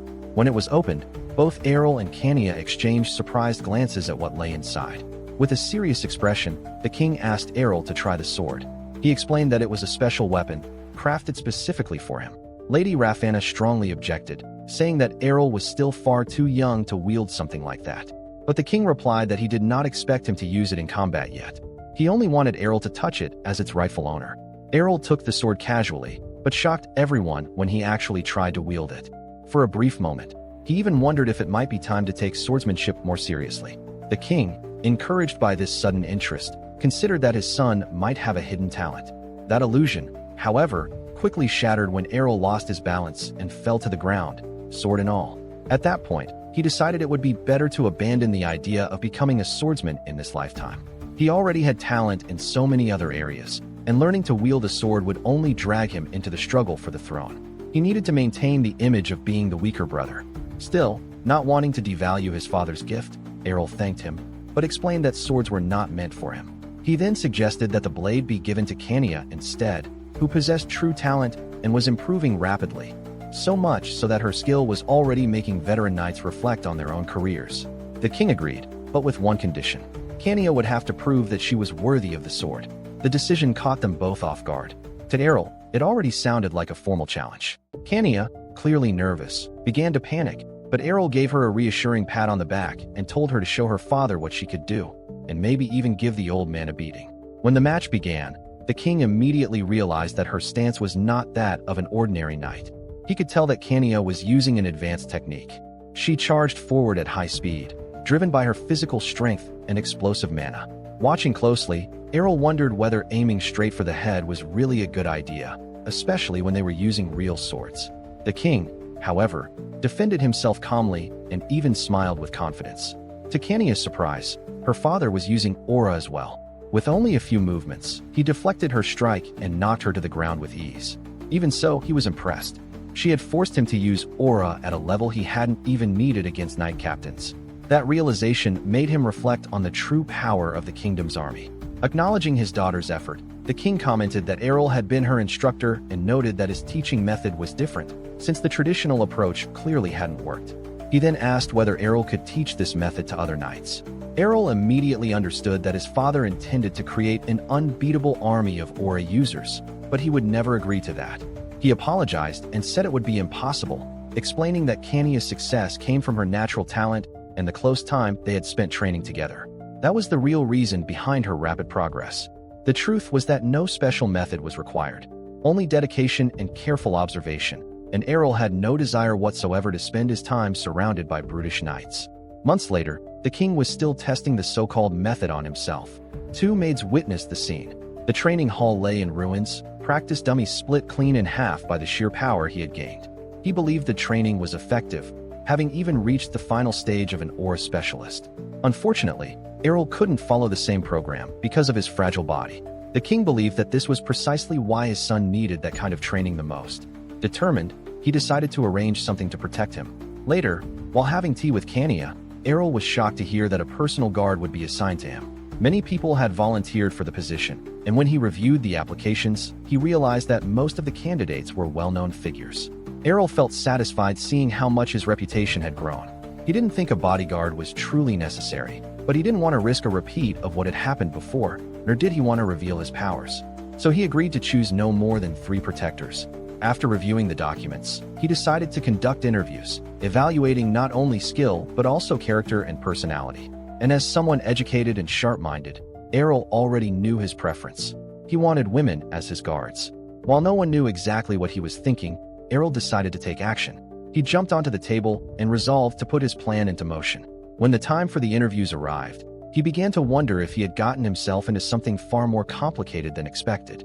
The candidates were strong, true warriors, but they were nothing like the delicate figures he had imagined. Well, it wasn't their fault. Most of them had spent their entire lives training as knights. So Errol set aside his fantasies and began the interviews. He observed each candidate closely, analyzing their reasons for wanting the position. Many of them were so strong that they seemed capable of knocking him down effortlessly over and over again. One of them, in particular, had such an overwhelming presence that she made even the king seem like a lost child. As the selection progressed, a knight with a noble appearance caught his attention, as their aura felt different from the rest. Up to that point, everything was going smoothly. With that, Errol asked everyone to wait outside while he made his decision. Once the room was empty, Errol activated a chi technique that raised his ki to an extremely high level, like that of an ancient sage. Normally, mastering something like this would take decades, but Errol used it with the ease of someone who had lived many lifetimes. He planned to use this power to analyze the candidates more deeply. He called them back in one by one, and with his clairvoyance, he could see the color of their souls and their emotions. This allowed him to detect hidden intentions. Fortunately, none of them were planning to assassinate him, but a few harbored thoughts of espionage. Then, one candidate stepped inside. Her soul was so pure and crystal clear that it left Errol completely stunned. Her name was Asha Fornal, and at that moment, she seemed like the perfect, unbeatable choice. He still needed to select two more, so he also considered the muscular woman he had noticed earlier, since her soul was just as pure. Suddenly, another candidate entered. Her name was Siniger, the final applicant. Her energy was also clear and vibrant. As Errol reviewed her record, he noticed that she had served in several knightly orders across the kingdom and had even been sent to distant territories. Even so, based on her demeanor, she didn't seem to have done anything wrong, so he chose not to dwell on her frequent transfers. With that, Errol concluded the interviews and announced his choices, Asha and Sina. The two became his new personal guards and began working at the palace. Still, Errol wanted to test something. He took both of them to a secluded area and revealed his plan. He wanted them to demonstrate their abilities. After all, they would be his protectors, and he wanted them to be the very best. For that reason, he asked them to duel each other. They accepted immediately. To Errol, a fight between two warriors of similar level was the best way to see how far they could truly go. To make the competition even fiercer, he casually remarked that he was curious to know which of them was stronger. That single comment struck at their pride, since true knights live to prove their strength. The tension in the air grew heavier by the second, exactly as Errol had planned. He settled in comfortably, excited to watch what promised to be an epic clash. Before the fight began, the two asked if there were any rules. Ready and eager to win, they waited for instructions. Errol, casually eating popcorn, calmly told them they could do whatever they wanted, just not to go too far.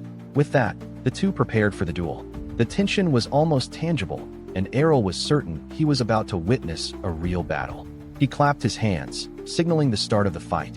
Right from the opening exchange, a single blow sent one of them flying, proving that asking them to hold back wouldn't mean much. That was simply how knights were. Now, all that remained was to observe the fight. Asha charged forward with her spear, and Sina responded with a wild strike, deflecting the weapon with a grin on her face. Seeing the perfect opening, Sina closed in to deliver a devastating punch, one that could have ended the fight far too early, since defending against it with a spear would have been difficult for Asha. Meanwhile, the imaginary narrator continued munching on popcorn, curious to see whether Asha still had a trick up her sleeve. Luckily, she did. With a swift kick, she knocked Sina's punch aside and forced her to retreat. Watching the exchange, Errol realized things were becoming too serious. He felt both of their auras rising and understood that if he didn't stop the fight soon, they might end up truly hurting each other. So he interrupted the duel and calmly explained what he had observed. Asha was impatient and relied too heavily on her speed, while Sina hesitated slightly, choosing to depend only on her fists. In the end, one was too fast and the other was too slow.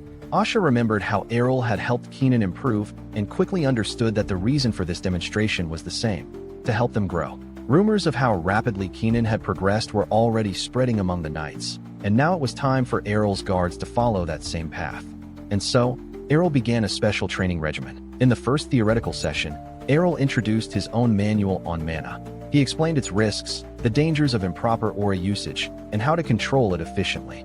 He also suggested that the next step would be learning how to absorb mana from nature itself, stating that this would completely change the way they used aura from that point on. After the lesson, individual training began. With Sina, his goal was to help her focus her energy more precisely. Asha, on the other hand, was given the task of spreading aura throughout her entire body at the same time. She tried, but failed miserably. Errol explained that covering the whole body with aura wasn't impossible, but it drained energy extremely fast. That was why warriors usually concentrated aura in specific areas instead. He then told Sina that her biggest flaw was impatience. In close combat, charging in without thinking against a skilled opponent was a serious mistake. He instructed her to learn how to stay calm and ignore distractions, focusing only on building up energy and releasing it at the right moment. While the training continued, Queen Elia received a letter detailing Errol's activities. Up until then, she hadn't paid him much attention, considering him insignificant, but now that he was starting to stand out, she decided it was time to act. She burned the letter and resolved to take matters into her own hands. Back at the training grounds, Asha began to notice a difference in her strength after following the prince's instructions. Even after destroying nothing more than an unfortunate tree, she could already feel how much stronger she had become. That was when her past came to light. Asha was the daughter of the Fornelli family, a modest household from a rural region. When famine struck their land, monsters took advantage of their weakness, making the situation even worse. The aristocrats who once had ties to her family abandoned them completely. In the end, Asha joined the knights simply to survive.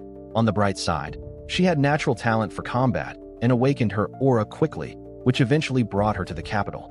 The downside was being assigned to one of the worst knightly orders imaginable, led by a captain who barely knew how to use aura and had only gained his position through political connections.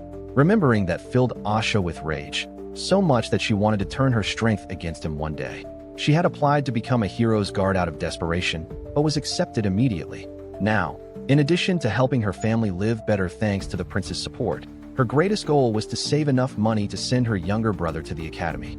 Sina's past, however, was very different. She came from a family of mercenaries that had existed for generations and grew up in a tribe that wasn't tied to any nation. But after the war against the Empire 30 years earlier, mercenary life became increasingly difficult. That was when her family decided she should try to build a new life in the wider world. She accepted without complaint and began training as a knight. Her turning point came when she learned that her father had been murdered by a cruel feudal lord. From that moment on, her fury only continued to grow. Sina was never the patient type. She had even beaten fellow knights for mistreating villagers and felt no regret over it. On the contrary, she believed it was one of the best decisions she had ever made. After countless transfers, Sina was eventually sent to dangerous regions. Following this long journey, she decided to apply as a personal guard and was assigned to protect Errol. From the very beginning, she had a good feeling about working with him and was grateful for the opportunity. With all background checks completed, the two new guards officially began their duties. Errol wasn't particularly gifted in direct combat, but his ability to learn was absurd. Like a true strategist, he had brought wealth to the kingdom through inventions and business ventures, and had even helped Kenny awaken his aura using a theory of his own. Of course, rumors about him being a lazy young sage still circulated, but no one could deny his results. Meanwhile, during a meeting, the king and several officials discussed Errol's coming-of-age ceremony, as he would soon turn 14. One of the advisors suggested it would be a good opportunity to reward him, considering all the contributions he had made. He even mentioned the possibility of granting the prince a territory, and the king, catching the hidden intention behind the suggestion, became furious. He knew it was nothing more than an excuse to try to exile him from the capital. Errol's reputation had already crossed national borders, and in some countries people even speculated that the king might name him as the heir to the throne. Enraged, the king slammed his hand on the table, releasing his aura and making it clear that he had already chosen his successor, the legitimate crown prince. Moreover, he was certain that Errol had no interest whatsoever in the crown. Another official warned that the rumors were becoming dangerous and were diverting the people's attention away from the true heir. The duke tried to bring up something about the former king, but he was quickly interrupted. Soon after, a man entered the room carrying documents signed by several nobles. They all shared the same concern, the imbalance within the royal family. As he read through the petitions, the king realized they were all asking for the same thing. There was no way out. Errol would have to be exiled. Not long after, the young man received the news through a letter. He tossed the note aside without showing any emotion. Even though it was written politely, it was obvious they were casting him out. To his surprise, however, it was almost the best news he could have received. After all, having his own territory was something that genuinely excited him. For the first time, his abilities were being acknowledged. He didn't care about what the aristocrats thought. He was already imagining the fortress he would build with his own hands. His enthusiasm faded, however, when he discovered that the chosen destination was the northern territory of Philia, a land where snow fell year-round and the soil was so barren that nothing could grow. Even so, he decided he would depart 1 month after his coming-of-age ceremony. Errol also already knew that his alchemy team and a large portion of the workers would likely follow him. Sina, in particular, had been stationed in that region for over a year. She herself claimed that the cold there was unbearable. From the way she described it, Errol even thought they were talking about something close to Antarctica. It was the perfect gift from the aristocrats who hated him so much and were now exiling him. Even so, he found the idea less terrible than he had expected. After all, they could have sent him somewhere where surviving even a few seconds would be impossible. Compared to that, Philia didn't seem so bad. Later, Asha asked why Sina hadn't been completely honest. Her friend hesitated, but eventually admitted it. The place was truly cold, empty, and isolated. She confirmed that the only reason anyone stayed there was because monsters couldn't tolerate the climate, making the territory strategically valuable. Asha, although willing to follow Errol wherever he went, couldn't stop wondering if it was right to support him in such a difficult mission. Sina, on the other hand, saw no problem at all. She knew Errol well and trusted that he always had a plan. Since he showed no sign of despair, she believed everything would work out. Before leaving, each of them sent messages to their families. Errol knew his mother was heartbroken, even if she didn't say anything. He instructed the maids not to reveal his whereabouts, yet he still worried about her safety. If even a princess like Kania had already been the target of an ambush, his mother being alone could put her at risk. He thought about ways to stay in contact, but decided to leave that for later. For now, his focus was on planning the relocation. A hostile environment like Philia could be the perfect place for someone with his experience in reincarnations to live peacefully. That was when he summoned a mage. To his surprise, the one who appeared was Theon, accompanied by his disciples. Errol never expected to encounter someone so familiar at that moment. Even so, he asked that the matter be kept secret and handed over the blueprint of an item he wanted to create. The moment Theon looked at the design, he was stunned. It made him ask whether Errol himself had truly designed it, and indeed he had. Errol had only made a few adjustments to an artifact he had previously given to Kania, but those changes would allow the item to operate at twice the efficiency while costing 90% less to produce.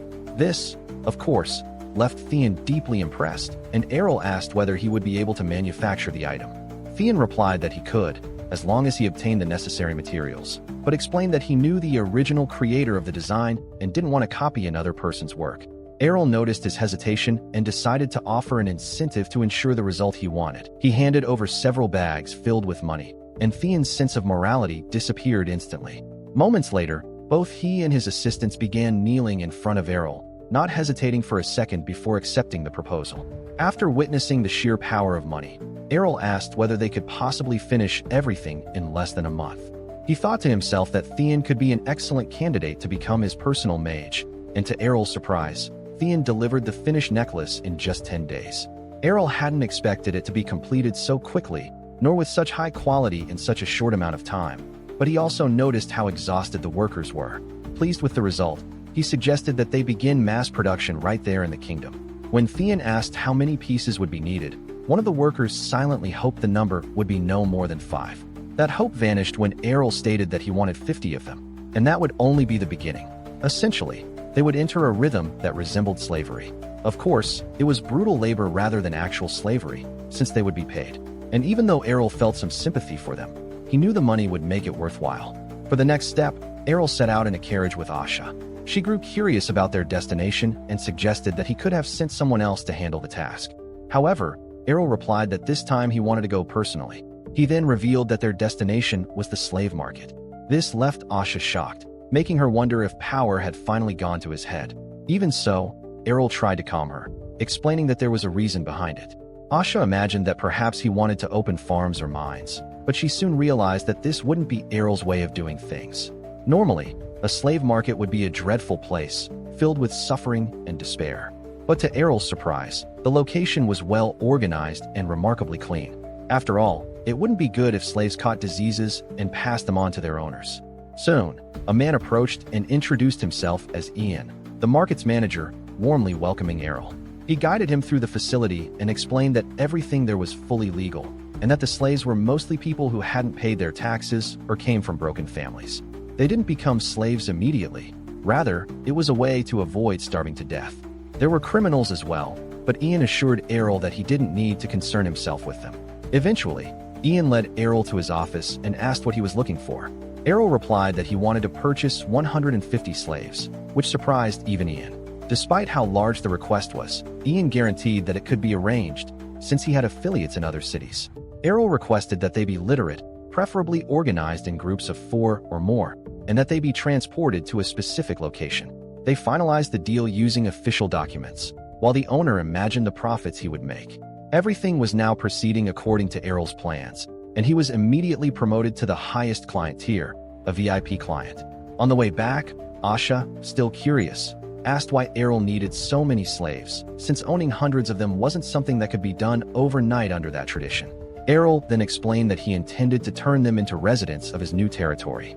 In addition, he planned to distribute his necklace to each of them and educate them for his future kingdom. Asha had never imagined that this was his true plan, and at last, she was able to let go of the uneasy feeling she had been carrying. Essentially, Errol wanted to transform an empty, lifeless land into the place of his dreams. But in reality, he simply wanted to create a comfortable environment for himself. All of his current efforts had a single purpose: to guarantee the laziest and most peaceful life possible in the future. At the same time, he wanted to take care of the people who would live in his new territory and create the greatest paradise the world had ever seen. The next day, Errol began thinking about everything he needed to do in order to achieve this new goal, as well as the farewells he would have to make to the people he loved. At that moment, his mother knocked on the door and came in to hug Errol, asking him to try once again to speak with the king about such a drastic change. Errol, however, told her not to worry and promised that he would always visit her whenever he could. Even though there was still a year left before his departure, she remained saddened by the thought of seeing him leave. Soon after, a maid appeared to escort him away, and Errol began to think that he did not intend to reveal where he would be staying until the place was fully established. That way, he could reassure his mother once it was truly safe. Everything seemed calm that afternoon until, suddenly, a knight was sent flying through the air. The other knights trembled in fear when they saw who was responsible. It was Kenya, completely furious. She called out to the next one, demanding that he fight her with everything he had, or he would not live to see the sunrise. Her anger came mainly from the fact that Errol had been sent away. She understood the situation, but she simply could not stop herself from being upset to that extent. What bothered her the most was that Errol hadn't told her anything over the past 6 months. Thinking about that, she effortlessly slammed another knight into the wall. Kenya believed he had remained silent because he couldn't change his fate, but the truth was that Errol had simply forgotten to tell her. Even so, she had no intention of letting him leave so easily, and the knights remained utterly terrified by the pressure of Kenya's aura. According to Errol's manual, the flow of mana accelerates when someone experiences intense emotions. Because of that, Kenya became the youngest swordswoman in the kingdom's history and the third youngest and strongest in the world. All of it was driven by the anger caused by Errol's situation. Errol even remembered his first life, when he had been in military service, and how that life had ended so quickly in war. It was one of the experiences that made him want to live in a completely relaxed way. Now, at last, he turned 14, and his coming-of-age ceremony began. He was greeted by many nobles, but the entire event left him bored. There were even more aristocrats than at his first birthday, and back then he could pretend to be sleeping like a baby, but now there was no way to escape. He was certain that all of those nobles were delighted that he was being driven out of the kingdom. So who truly cared about his future? One of the nobles, a leading figure among the aristocracy, began to irritate him deeply, filling Errol with the urge to destroy the entire place. However, knowing that his mother was there, he restrained himself and ignored everything that was happening. Soon after, the primary queen approached to greet him, pointedly emphasizing that he would soon be heading to another territory. Naturally, her intention was to provoke him, but Errol replied calmly and politely, saying that it would have happened eventually no matter what. He then chose to see it as an opportunity to serve the kingdom sooner rather than later. With a sly smile, she remarked that her son's abilities had improved thanks to Errol and, shortly after, handed him a fox fur coat as if it were a gift. In that instant, Errol immediately realized who was truly behind his exile. He concluded that the queen's son would have had no political motivation for such a move, which meant it could only have been an order from the primary queen herself, since she was the only one capable of gathering all the necessary approvals from the nobles. That led him to suspect that the gift was nothing more than a way to mock him. Even so, he had to remain calm for his mother's sake, because otherwise everything could easily get worse. So he forced a polite smile, saying that he had already said his farewells to his brother and that he would always come to his aid whenever necessary. After all, they shared the same royal blood. On the surface, the conversation appeared friendly, but inwardly, Errol didn't care in the slightest and was already planning how to make her pay for it. Even so, the two of them continued to conceal the hatred they felt toward each other, exchanging hollow laughter. As the banquet drew to a close, Errol began to feel like he was forgetting something. He then looked toward Kania and noticed that she was strangely quiet. He assumed she was angry because he had told her so late about his departure and decided to apologize. However, Kania acted first, and Errol sensed from her presence that something was about to happen. When she stood up, Errol felt an unsettling premonition that it would not end well. Kania then walked up to her father and declared that she would accompany Errol to Philia. The entire crowd fell silent, and Errol realized that, with those words, she had ruined the entire ceremony. Errol expected Kania's mother to intervene, but she seemed unconcerned and even appeared to agree with her daughter. The king became furious at Kania's behavior and demanded to know what she intended to do after this. Errol knew it had been a risky move, because she would not back down even in front of the king. Even so, he wondered why Kania was so determined to follow him. Then Kania announced that she wished to become Errol's knight, leaving even him completely confused. The king was also surprised by his daughter's newfound ambition and remarked that becoming a knight was not something easily achieved. But Kania remained confident, because she had already reached the rank of master. Everyone is taken aback by that title. After all, it was an incredibly impressive achievement. However, for some reason, the king doesn't believe her, since she is only 19 years old, and the only person to ever reach that level so early was the first king himself. To prove that she is serious, she takes the sword from a nearby knight and immediately prepares to use her skill. She then begins to channel her aura and, with a single strike, slices the cake on the table right in the middle of the celebration, leaving Errol in disbelief, wondering why that idiot was doing something like that in the middle of a party. Even so, the demonstration leaves everyone in awe, confirming that she truly is a master of the sword. Kania comments on the fact that Errol is receiving a territory while she is being forced to marry someone she does not love. That is exactly why she wanted to become a knight. Under normal circumstances, Errol would be applauding his sister and supporting her, but this situation is far too serious for that, because she is practically giving up her title as a princess in front of all the nobles present. So even if it was meant as provocation, the impact on her entire life would remain there, and she most likely did it on purpose to make that decision public. Errol realizes that everything was planned, so it could not be ignored. That makes him wonder where she learned to be so cunning, though he knows the answer already. He was the one who taught her. And just as Errol considers stopping her, Kania decides to go even further. She walks straight up to him, grips the sword, and kneels before him. She swears loyalty and promises to be his knight forever. Errol recognizes those words as an official knight's oath, but he is not sure if it truly counts, since she is a princess and has not been formally appointed as a knight. On top of that, she did not even ask for Errol's consent. The biggest problem, however, is that everyone there heard it, and a knight's oath is not something just anyone can make.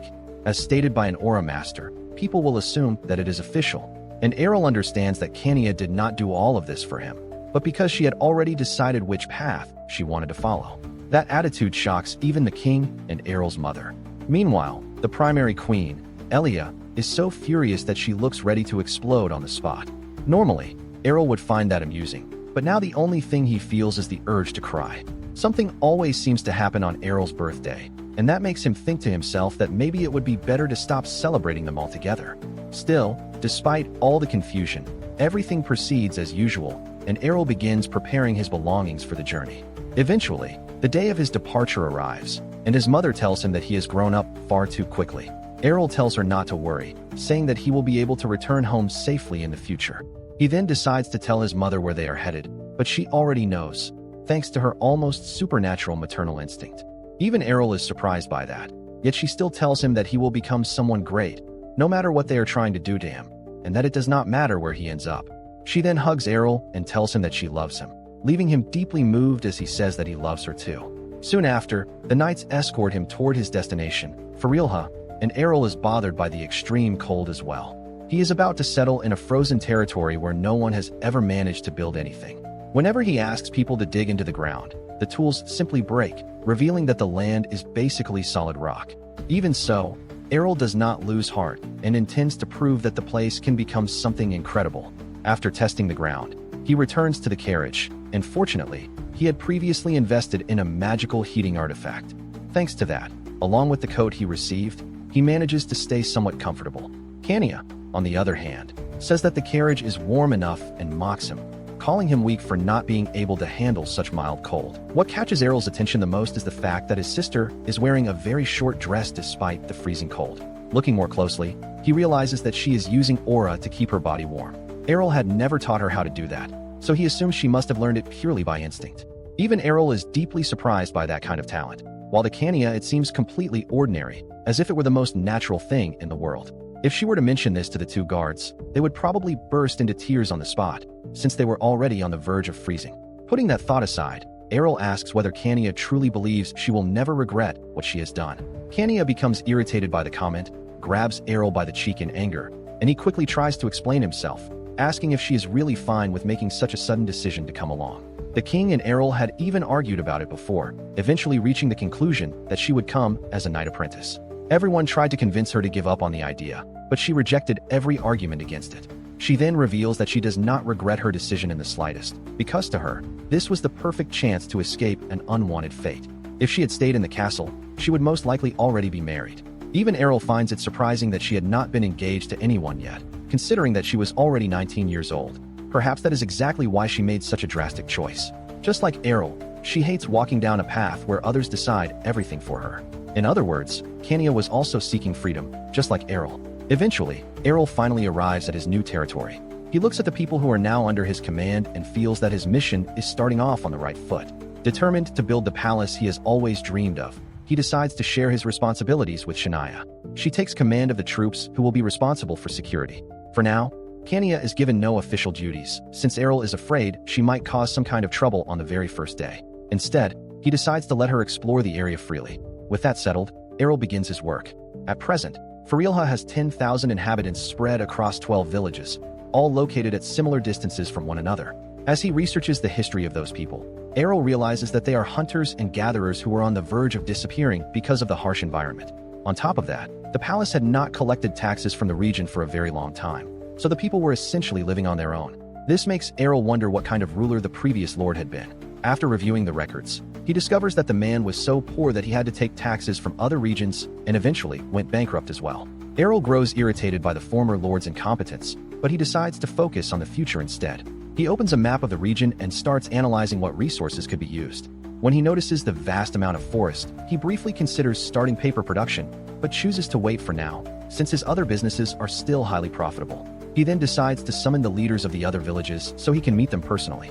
Sometime later, they arrive at the palace, and Errol carefully observes their expressions. Rather than looking weak, they give off the impression of being extremely capable men, very different from what he had expected. The leaders feel honored to meet their new ruler and kneel before Errol. As expected, Errol begins to introduce himself, but he notices that some of them seem uncomfortable with having to obey someone so young. Even so, he is determined not to let the leaders see him as weak.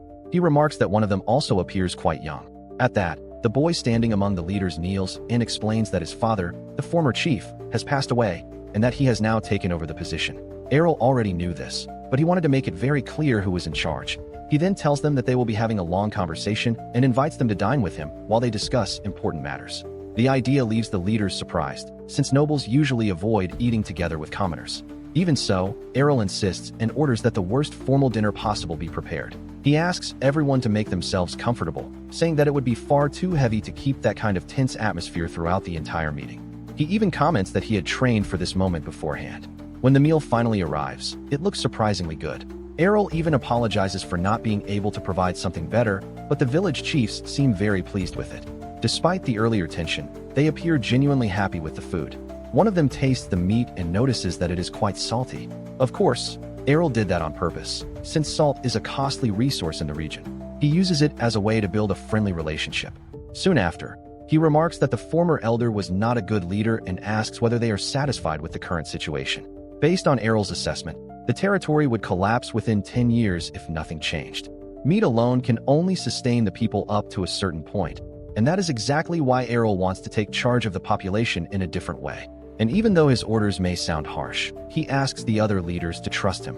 Hearing this, the chiefs begin to realize how sincere and sharp the young man is, and they start to see him in a different light. Some of them even think that Errol could become a new kind of savior for the region, as if he were sent by higher powers. He assures them that if they follow him, they will have more meals like the one they just enjoyed. Next, he issues his first order, asking the chiefs to accept the slaves he brought with him, allowing them to become residents of the villages. Those with higher education will work directly alongside Errol, so the real challenge will be getting the rest of the population to accept them. Errol understands that prejudice could arise in the region, since the slaves are known as outsiders. Even so, he reassures all the chiefs, saying that he will provide support to ensure the integration goes smoothly. This promise surprises them and motivates the chiefs to cooperate.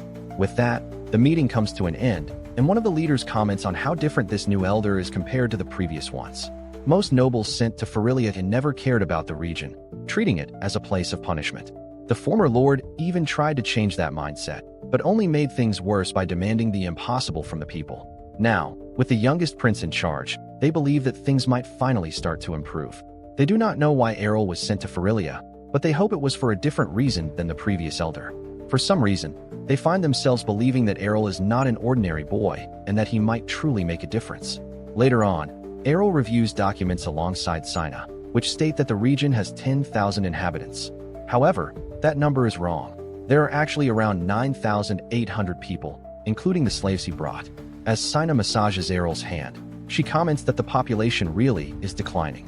To Errol, this makes sense, since the elder left the people in such a tragic situation and because the natural population growth was already low. On top of that, the region suffers from extreme poverty, and of the money he has managed to secure so far, only 45,000 gold can be used immediately. If things continue as they are, the region would not survive for more than 50 years. Errol thinks to himself that the nobles probably expect him to spend half his life just trying to improve the local economy. He considers investing in agriculture, but then remembers that the elder had tried the same thing in the past by attempting to use arable land. The poverty is so severe that the people cannot even properly work their own fields, so he decides instead to focus on high-value goods for trade. The moment he has that idea, he stands up, filled with enthusiasm, and quickly realizes that it will be necessary to build roads in the region. The ground there is stable due to the constant snow. In addition, the existing routes are in terrible condition, so improving the roads will be the first step, preventing merchants from getting injured or losing their goods when traveling to the area. Alright, some of the local leaders eventually hear about the project, and it becomes necessary to recruit a number of workers for the job. The pay offered is more than fair. Because the new lord has a good reputation, they decide to cooperate and accept the proposal. On top of that, he would cover all the expenses of the construction. However, when they arrive at the site, they realize the project is far larger than they had initially imagined. Hirate comments that if the work ends up taking longer than expected, he will pay more than what was originally agreed upon. This further motivates both the workers and the local residents, allowing Errol to use the power of money to make everyone's decision easier. As a result, everything begins to move forward exactly as planned, just as Errol intended. With the roads finally being completed, he decides to keep pushing ahead with new projects. Since the workers were well rewarded, they were more than willing to continue cooperating. The next objective is to establish a trading post. The local official even tries to complicate the plan, but Errol knows that money can solve that problem as well. The initial idea is to trade basic goods that the inhabitants need the most, creating a simple trade route where locals can also sell their own products with ease. Finally, Errol asks Demon whether, if things continue this way, they would be able to produce paper on a large scale. Paper already exists in that world, but its quality is terrible, and no one knows how good it could actually be.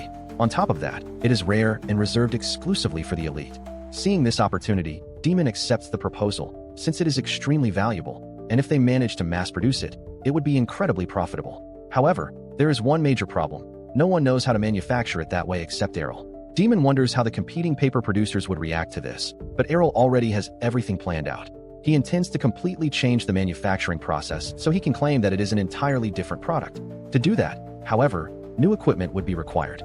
He hands the blueprints to Demon, who finds the idea excellent, but still has doubts about whether they could build everything on their own. Handling the chemical products would be manageable, but designing the machines themselves would be another challenge, since the local blacksmiths lack the skill to create something so complex. Even so, Demon is confident that the dwarves of the capital would agree to help.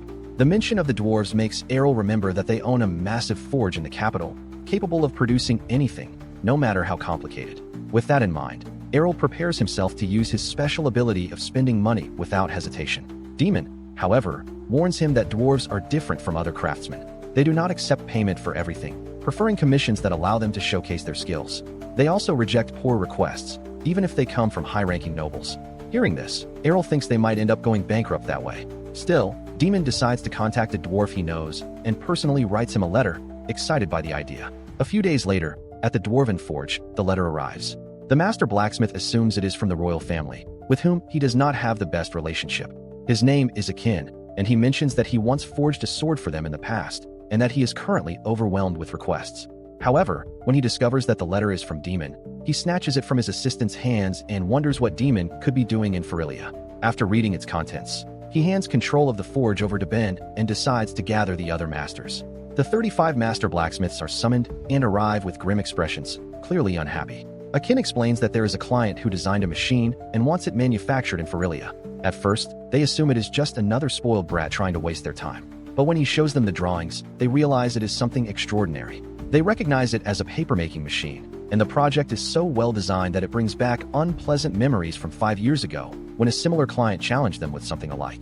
This time, however, they have a chance to do better, and Akin reveals that Errol wants some of them to take part in the project. Even though they hesitate, Akin volunteers to go. The others argue that he is already behind on his work, but his apprentices can handle the forge while he is away. He also asks who will be accompanying him, since more than one blacksmith will be needed. After a brief moment of silence, all the dwarves suddenly break into a massive brawl to decide who will go with Akin. Their interest has been sparked, and nothing is more dangerous than a motivated dwarf.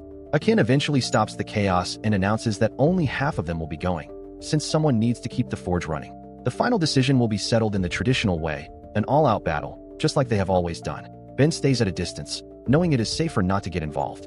Meanwhile, Errol estimates that it will take about 5 days for their response to arrive. With that in mind, he decides to use the free time to rest and recover his energy. Just as he decides to take a nap, a loud scream interrupts him, and he already knows who it belongs to. The small griffin comes to an abrupt stop, and he finds the poor creature clinging desperately to the window. He is surprised, as he did not expect Fry to be able to fly so fast and so high while still being just a chick. And just as Fry is about to fall, Kania appears and catches him. It turns out she has been using a kind of training to make him fly higher and faster. This time, however, she goes too far and launches him nearly into space. Errol rushes outside to see what is happening and asks if Fry might have made some kind of mistake. Kania says he did not, while the young griffin simply plummets to the ground, crashing down hard. She explains that she only meant to help him evolve faster and denies any abuse or anything of that sort. Kania had nothing to do, since everyone was busy preparing for the move to Ferelia. Her daily routine consisted of nothing more than eating, sleeping, and repeatedly training with her sword. Unable to tolerate boredom, she eventually noticed Fry in the garden, and that was the moment his life changed forever. She decided that she would make him her mount, which is why she wants him to become as strong as possible. From Errol's perspective, it would have been better to teach his sister a bit more common sense instead of so many combat techniques. Now, he realizes he needs to find something to keep her busy before she causes even more trouble. At that moment, he remembers that he was an only child in his first life and never had much luck with siblings in any of the others. At best, he only met one of his brothers when he was already on the verge of death. Because of that, Errol does not really know how to deal with situations like this. He ends up taking Fry out of Kania's hands, sparing him from further training. Trying to be a good brother, he suggests doing something together with her. Errol and Kania start a game of chess, and it quickly becomes obvious who is losing. Frustrated, she knocks over the board, making it clear that she has no patience for that kind of game. Errol thought playing indoors would be better than going out in the cold, but she is already bored. To cheer her up, he decides to make the match easier and uses Yoda, a modified artifact designed to help Kania think faster. Since Errol carries the chess experience of all his past lives, she is going to need all the help she can get. They start another game. The pendant seems to work well, boosting Kania's reasoning, until it suddenly shuts off. Exhausted, she grabs her sword and slices the chessboard cleanly in half. With no board left, the game comes to an end, and Errol feels like his brain is about to explode from the stress. He tries to come up with another activity for the two of them, but he does not want to leave the house. He starts wondering how Kania has been spending her time and realizes she has been training non-stop, at a level that even Bruce Lee would approve of. Meanwhile, Errol has spent the last few days doing nothing but lying in his room. Trying to find something they would both enjoy, he starts thinking, until both of their stomachs growl at the same time, giving him an idea. He suggests that they cook together, but Kania shivers just at the thought of it. She dislikes the idea, since her cooking could probably wipe out an entire kingdom. But Errol reminds her that, as a future knight, she needs to be able to handle herself during missions. Faced with that argument, she eventually agrees to learn. Errol wonders whether teaching his sister how to cook is really what a good brother would do, but he decides to give it a try. They head to the kitchen and choose to make a stew, a simple recipe that would be hard to mess up. Not wanting to get sick on the very first day of training, Errol helps carefully. He watches Kania's knife skills, even though she cuts the ingredients into massive chunks. After that, they cook everything together. When the stew is ready, Kania tastes it and is surprised by the flavor, admitting that it turned out good. Errol agrees and comments that, even without having practiced the recipe for a long time, the result is great. He also suggests that Kania could try making it again sometime, though that is really just part of his secret plan to take a nap after the meal. That plan, however, completely falls apart when a butler, someone who has already seen just about everything, rushes in looking for Errol. Since he had been ordered not to interrupt his master over trivial matters, his sudden appearance can only mean that something truly serious has happened. Concerned, Errol asks what is wrong. He then learns that the dwarves have arrived and are ready to threaten the butler if Errol does not show up immediately. Errol realizes that his break has come to an end. Normally, he would have expected a reply by letter, but dwarves are not exactly what one would call ordinary people. Instead, they chose to come in person. Errol goes out to meet them, and Aiken gets straight to the point, asking whether Errol is the one who drew the plans. Fortunately, Asha is nearby to keep the situation from turning into a fight. She demands that Aiken apologize, but he merely compliments her courage, especially for a lady. The tension rises, but Errol reminds everyone that dwarves are known for being blunt, and that the greater their talent, the ruder they tend to be. Asha takes a deep breath and steps back. Errol decides to cut the conversation short before Asha tries to solve everything with her sword. He admits that he made the plans, but Aiken insists that he is lying. Errol still tries to convince him that he is the author of the design, but Aiken mocks him, saying that someone like Errol probably would not even be capable of designing a simple wooden plank. That is enough to make Asha threaten to turn the dwarf into a skewer. The butlers step in quickly to prevent the situation from spiraling out of control. Once everything settles down, the dwarves finally accept that Errol is the creator of the plans. He then wonders why they chose to come in person instead of replying by letter and thinks he could have prepared a better reception. The dwarves, on the other hand, do not care about formalities and quickly begin discussing the machine's design. Errol explains that he needs their help because there are no blacksmiths skilled enough in Ferelia. Aiken, proud as always, makes it clear that he doubts humans are capable of creating something at that level. Errol decides to respond in the same tone, openly stating how proud he is of his own planning skills. The dwarves appreciate the reply and decide to move on to the main issue. Before Errol can even ask whether they will accept the job, they state that they had already decided to take it. Errol is surprised by how quickly the decision was made, especially since they have not discussed payment or any other details. But a true dwarf knows when a job is worth doing. They also realize that the plans they were shown are only part of a much larger project, and for that reason, they decide to accept it so they can see the rest. Errol assures them that he never intended to deceive them by showing only part of the design, but even so, they insist on seeing the remaining drawings. He reaches for the other plans in the drawer, but decides to have a bit of fun before handing them over. He teases Aiken, who does not appreciate the joke at all. Errol then sets a condition. He will only provide the next drawing once they complete the first part. Aiken grows irritated, but accepts the challenge and leaves the room with the other dwarves, determined to prove his worth. After they leave, Errol comments to himself about how serious dwarves can be, but he also notices how excited they are about the project. In truth, he had originally planned to show them the complete set of plans, but he comes up with the idea of using them as motivation to keep the dwarves working with enthusiasm. A few days later, the dwarves return, bringing the first finished component. True to his word, Errol hands over the next plan. This cycle repeats itself for several days, and the dwarves somehow always manage to find him, no matter where he is, to demand more. In the end, they complete every single request. Even Errol is impressed by their dedication, as they worked without rest. Most incredible of all, the entire machine is completed in just 10 days. When they test it, the paper produced is of exceptionally high quality. Normally, it would take days for the paper to dry, but the new machine solves this problem quickly and efficiently. Since wood is abundant in Ferelia, Errol already envisions the region becoming the new capital of paper, or rather, completely stripping the local forest to produce paper on a massive scale. Now that Errol has achieved everything he set out to do, he realizes that his problems are only just beginning, since Ariel asks him to manufacture so many machines that they would fill an entire factory. To move forward with commercializing the product, Errol schedules a meeting with a man who introduces himself as Lycian and Hash, his mother's brother and therefore his uncle. He explains that he had been looking for someone from the maternal side of the family to negotiate the paper, which justifies his presence there. He says that Errol's mother specifically requested someone trustworthy to handle such an important product. It makes sense that she would send someone of her own blood. Ariel then shows the paper he intends to sell to Lycian. To be honest, Lycian had believed that Errol was about to ruin his own reputation as a merchant by trying to sell paper. However, when he sees the exceptional quality and the extremely low price, he is astonished. It turns out that the current supplier had been steadily raising prices even as production declined, forcing the royal family to pay a fortune for the small amount of paper available. Because of this, Errol's entry into the market breaks the monopoly and completely changes the game. Lycian worries about how the former supplier might react, but Errol has already thought this through. He assures him that the paper they produce is a different product altogether, made through an entirely new process, so there is no reason for retaliation. a natural strategist, Lycian spreads out a map and begins planning a distribution route for the new product. As he watches his uncle at work, Errol is impressed, feeling that he made the right decision by putting him in charge of sales. Now all that remains is to wait for the profits to start coming in. The distribution plan is finalized, and the dwarves finish filling the factory with the machines. Everything seems under control, but Errol discovers that the dwarves will be leaving the day after the project is completed. He wanted to celebrate the achievement with them, but he has no choice, since they have other commissions waiting, and who can guarantee that Errol will be able to reach them for future jobs? Even though he did not expect them to leave so quickly, Errol is now ready to launch the paper on the market.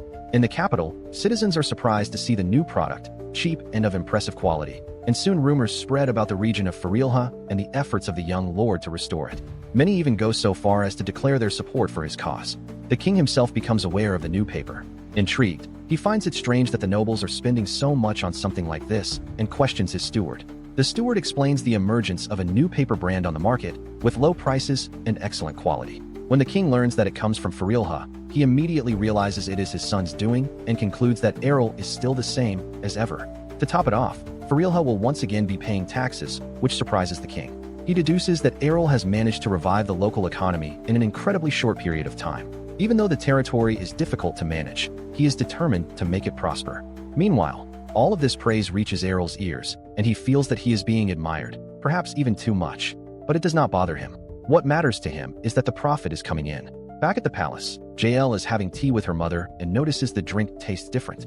She seems displeased, but comments that tea and sweets have been served daily as thanks for the coat. Then JL mentions that Farilha is recovering, which makes his mother tremble with irritation. Noticing her discomfort, JL asks if something is wrong. She says there is a certain ornament that bothers her, and we know exactly who that ornament is. JL, not understanding the implication, suggests that she simply get rid of it so she will not have to see it anymore. She confirms that she did what JL suggested, but admits that the ornament still deeply troubles her. She nearly explodes with anger, but restrains herself and tells her son not to worry about it. Changing the subject, she asks if he likes the sword she gave him. JL truly likes the custom-made weapon crafted by the dwarves and feels that his skills are improving more and more.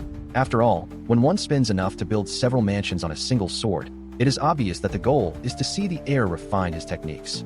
Then she stands up and approaches her son. She reminds him that he is the successor to the throne, and, because of that, he needs a sword that represents his status. She also reinforces that he must always keep in mind that he will become king in the future. Later, once she is alone in the room, she picks up a napkin that had been placed beneath the cookies and imagines that Errol is probably showing off the paper he created. Tired of hearing about him, she loses her patience and throws the desserts onto the floor. It is revealed that she belongs to House Casafrat, which is responsible for the only company that imports paper in the kingdom. This paper originally came from the Merma Empire on the eastern continent. However, due to the war with them, imports were practically banned. To get around this, House Casafrat redirected trade routes with the east and began to monopolize distribution. Now, she is furious to see that people prefer the new paper and decides that she will make Errol pay for it. She rushes to her room and begins writing him a letter filled with rage, making it clear that she has no intention of accepting this situation. That night, Errol once again visits the slave market. Ian greets him in surprise, since it had been a year and a half since they last did business. As expected, Errol is there because he needs more manpower. Ian asks if he wants the most intelligent slaves again, but this time Errol wants slaves capable of enduring extreme cold, almost like soldiers. Curious, Ian asks why he needs them, and Errol reveals that he intends to use them as guards to protect his territory. Now that all the infrastructure is running, the next step is to establish a proper defense. He considers that, as a ruler, his position is equivalent to that of a count and thinks he could raise his army to around 50,000 soldiers. But that would be excessive. Ian then asks how many he actually needs, and Errol replies that he wants 5,000 slaves for this new project. Such a purchase would cause the slave market to skyrocket, but Errol's money is more than enough to finalize the deal. With that settled, he also requests that the dwarves manufacture weapons and armor for the new recruits. The dwarves quickly deliver the equipment, and Errol is able to train the new soldiers. At first, they were in terrible condition when they arrived in Farilha, but after being treated well, they gained motivation for training and became extremely loyal to their new lord. With 5,000 soldiers ready, the territory is finally secure. Errol can breathe a sigh of relief, but not for long. A group of men dressed like ninjas invades the area during the night. They are searching for the paper production machines and have orders to destroy them. It seems that Errol's actions have angered one of the merchant lords, but the reward they would receive for this job is even more tempting. They observe the guards and silently eliminate them with precision, like true professional assassins. Next, they break into the building only to realize that it is empty. One of the guards uses a magical artifact that tracks the intruders for a few seconds, just long enough for Errol's soldiers to appear and capture them all. One of the assassins tries to escape, but ends up being ambushed. He believed there were only 200 soldiers defending the territory, but he discovers too late that he was completely mistaken. Errol appears, still half asleep, accompanied by his guards, and is not surprised to learn that they were trying to destroy his machines. The intruder quickly surrenders and says he was only following orders, but Errol does not care about excuses. As punishment for the invasion and the attempt to sabotage something so important, he orders them to be interrogated harshly, almost like torture. Thus, Adi and Senna begin their work while their master returns to bed. Normally, Errol would be the type to forgive, but when it comes to the things he values most, he does not let them slide. Despite his calm demeanor, he knows when it is time to be serious, something he learned after many lifetimes. Another day begins in Farilha, and the invaders from the previous night have already been punished according to local rules.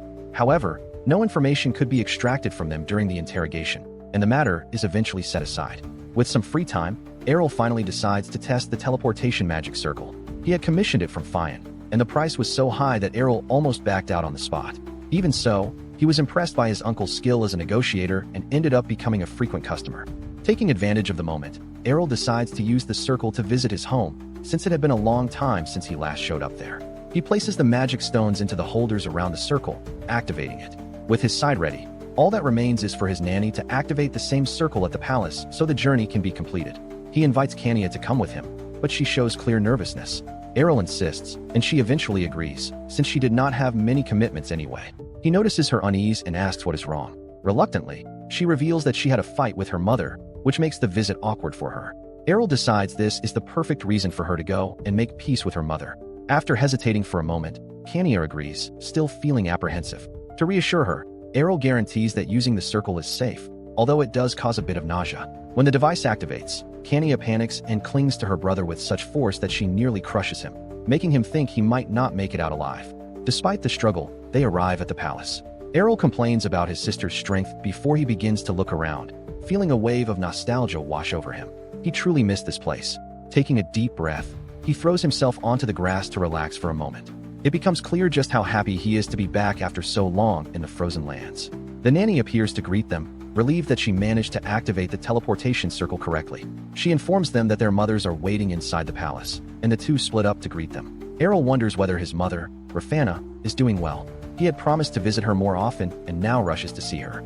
The moment he sees her, he wraps her in a tight embrace. Rafana had already heard from Liquin about her son's progress, but even so, she is moved to see him in person. Errol is surprised, since he had been writing letters to his mother, even though working with the paper had drained much of his energy. Of course, he is eager to tell Rafana everything he has been doing in Farilha and wants to make the most of their time together, so she will not worry. He shares details about the region, from the animals to the daily routine of the people, trying to put her at ease. Soon, someone approaches, and Errol senses the intention immediately. It is not hard to guess that it is Queen Ilha, since the person clearly wants to interrupt his conversation with Rafana. Errol finds her surprised expression strange. After all, he had already informed her that he would be coming. Even so, he suspects she is planning something and decides to feel her out, engaging in shallow conversation and even mentioning the paper he created, which interferes with her family's business. An exchange of words that is uncomfortable to witness. While talking about paper production, the queen brings up rumors she has heard, which leaves Errol intrigued. He assures her that he is already prepared for that, and she praises his efforts, but at the same time warns him to be cautious before taking her leave. Errol says his goodbyes, but inwardly he feels that her warning was a bit excessive. Rafana remarks that perhaps she was simply having a bad day, but Errol believes he will have to deal with her sooner rather than later. The brief visit to the palace comes to an end. Errol and Kania decide to return to Farilha. He waves goodbye to his mother and then quickly asks his sister how things went on her side. Kania replies that it went well, gives him a light smack on the back for worrying too much about a possible argument with their mother, and comments that she even asked the maids to keep an eye on things. It seemed like they might argue again, but surprisingly, this time they made peace. The two then used the circle to return to the territory. A few days later, back in Farilha, Errol is already facing a new question. Is it worth investing in mages? They could manage the teleportation circles, help accelerate crop growth, and even strengthen defenses against monsters. On top of that, Errol needs someone capable of handling the challenges of governance without drawing too much attention. Now that he has land to oversee, he has a solid justification for hiring them. There is also another, even clearer reason: the recent attack on the factory. The first time, it was only mercenaries, but he fears what might happen if mages were involved. His knights can fight well, but they would be useless against spells cast from the shadows. With that in mind, he orders official notices to be prepared in search of mages. He considers requesting them directly from the magic tower, but that would be complicated and expensive. He prefers those who respond to the announcements, since they have no formal ties and are easier to manage. The only drawback is that inexperienced apprentices will show up, but that does not worry him, since he can train them himself. So he has the announcement spread across several cities. As the days pass, the news attracts crowds of applicants. Among them, there even appears a mage who seems to have been living as a jungle survivalist and was motivated solely by the promise of food and shelter. Back in Farilha, Errol receives piles of applications from every kind of mage imaginable. As much as he would like to accept them all, he knows that doing so would be suicide for the kingdom. Because of that, he chooses to be extremely selective, carefully examining each candidate's background to avoid future traitors. He is so determined that he doesn't mind spending extra money on the selection process. After reviewing the names, the interview phase begins, which turns out to be even more demanding than choosing his personal knights. But in the end, it is worth it. When everything is finished, 12 mages are approved and officially become part of the kingdom. Most of them are third-class mages, which Errol considers a solid achievement. With that settled, he announces the general roles of each mage and already plans to guide them according to their individual talents. Before that, however, he decides to choose a personal mage and asks all fourth-class mages to raise their hands. Among those who meet the requirements, only two truly stand out, Monkoi Blob and Diahaki. As he evaluates the options, Errol reflects deeply on which path to take, choosing the raw strength of Blobfish or betting on magic enhanced by beauty. It is a decision that could influence the future of the kingdom, but deep down, everyone knows his choice will end up falling on Daya. The main reason Errol chooses Daya is not her appearance, but the answer she gave during the interview. When he asked why she had applied, the young woman said that she wanted to serve him directly. That response surprised him, as it was far from common. Most applicants were interested in benefits, wages, or prestige, but Daya seemed motivated solely by Errol himself. Even though he remains cautious, he senses no ill intent and decides to accept her as his personal mage, even while considering her a risky choice. Soon after, Errol begins explaining the duties and benefits of working as a mage within his territory. First, he presents the greatest advantage of all, a massive library filled with magical books certified by the Magic Tower, expensive volumes that are extremely hard to obtain. It is practically heaven for any magic scholar. All the mages he hired had been expelled from the tower and were completely broke, so unrestricted access to that collection feels like a dream come true. Being able to study freely seems unbelievable to them, but there is one condition. Errol makes it clear that, in exchange, each mage must present research notes to prove real progress in their studies. No one complains, as it is a small price to pay given the resources offered. Besides, Errol himself intends to use the material they produce to improve his own magic and better understand how that system works. After that, he begins assigning specific roles to each group. Some of the mages are tasked with helping restore the deforested areas. After all, if the goal is to expand paper production, the cut-down trees must be replaced. Errol shows them a simple sapling planted in the ground and asks them to work from there. Immediately, the mages plant their staffs into the soil and cast spells that make the tree grow before everyone's eyes. Errol realizes they are channeling mana directly into the tree, possibly even altering its internal structure. The rapid growth is impressive, but he soon asks whether they could speed it up even more. One of the mages explains that they cannot, because forcing the process too much would kill the tree. The natural cycle has to be respected. For that reason, they will assist the growth only once a month, ensuring that within half a year, the entire forest will be restored. For Errol, who remembers bad experiences from another life, this result is already remarkable. While they continue their work, Errol gives instructions to the next group, maintaining and strengthening the agricultural fields. His goal is to turn Farilha into a self-sufficient territory, no longer relying solely on hunting. When he asks if they would be willing to extend this task to the 12 neighboring villages, the mages are shocked by the scale of the responsibility. However, Errol explains that their role would only be to prepare the land and regulate the conditions, leaving the actual planting and daily care to the villagers. To make the process easier, Errol shows several magical artifacts he brought for testing. Placed around the fields, they create a special barrier that allows only sunlight to pass through, forming what he calls a manha house, different from a regular greenhouse. With this setup, magic is used to enhance agricultural production ensuring there is enough food for everyone. After finishing the tests, the mages would take the same system to the other villages, greatly reducing the risk of famine throughout the kingdom. Once the first teams were organized, Errol appointed 2 mages to join the Magical Tools Research Group and assigned 3 others to act as guards. Last of all was Jia, his personal mage. Her role was to protect him and also carry out various missions, acting almost like his magical assistant, since he himself was unable to cast spells. For now, however, Errol preferred that she devote her time to improving her skills by studying magic books. Jia accepted enthusiastically, as she wanted to support him in any way she could. He noticed that her determination was just as genuine as it had been on the day of the interview, which made him reflect on what truly motivated such loyalty. Shortly after, a book slipped from Jia's cloak. Errol picked it up and realized it was one of his own knight manuscripts, the kind that even the knights could not understand. Handing it back to her, he found it strange that she possessed something like that, considering she was only a mage. Jia explained that she had received it from an acquaintance, but kept it because she believed aura and mana were conceptually similar, an idea that aligned perfectly with Errol's own research. To her, that book had been almost a survival guide, and she even whispered that she would cross entire continents just to serve the author she admired so deeply. Errol, on the other hand, thought that was excessive devotion, since he had only written down basic theories in it. On top of that, he suspected that the real reason she stayed there was her fondness for the palace's food. Still, he considered it a good thing to have someone so loyal by his side, even as he wondered whether he had made the right choice in naming her his personal mage. In the library, Errol immersed himself in studying how magic worked. After understanding the theory, he tried to reproduce what he remembered from watching Jia cast spells. The effort paid off. He managed to channel mana, and a flash of light filled the library. It was clear that, from that moment on, his journey as a magic practitioner had begun. With his training underway, he turned his attention back to other responsibilities. Soon, he arrived at the capital of Ernesia, where his final destination was the Dwarven Forge. At the entrance of the factory, Jia even considered destroying the entire place if the dwarves tried anything against them. She planned to reduce the building to dust, but Errol scolded her, making it clear that they were there strictly for business. Even though she was displeased, she had no choice but to obey. The intense heat coming from the forge interrupted the argument. As soon as they stepped inside, Errol already felt like leaving because of the suffocating environment.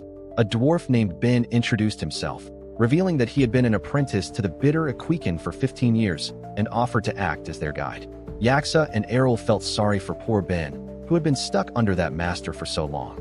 Ben commented that Equican himself should have been the one to receive them, but that he had not been informed of their arrival. He then led them to the main hall, while the visitors showed understanding toward his difficult situation. Before long, they encountered Equican, who was clearly impatient. Errol explained that he had not planned to arrive so soon after sending the letter.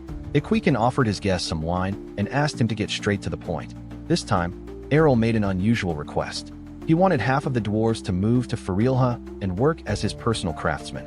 The dwarf immediately refused, saying that the mage must be drunk to make such a demand.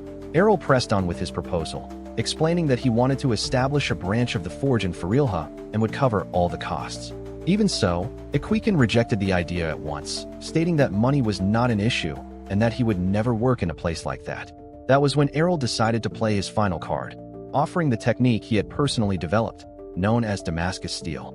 Equican's face lit up when he heard that, concluding that Demon must have shared that secret with Errol. The truth was that the dwarves had come to Ernesia in search of the legendary Damascus steel, a rare metal that did not exist in their homeland, and that they had always dreamed of forging. Now, Errol revealed that he had mastered the manufacturing process and even promised to teach other exclusive techniques if they agreed to work for him. This immediately made Equican serious, and even Errol noticed the sudden shift in his tone. With the offer laid out on the table, Equican asked what conditions Errol would demand for the agreement. Errol replied that they would need to serve him for 10 years. Equican rejects the offer on the spot, but after some negotiation, the two eventually agree on 5 years.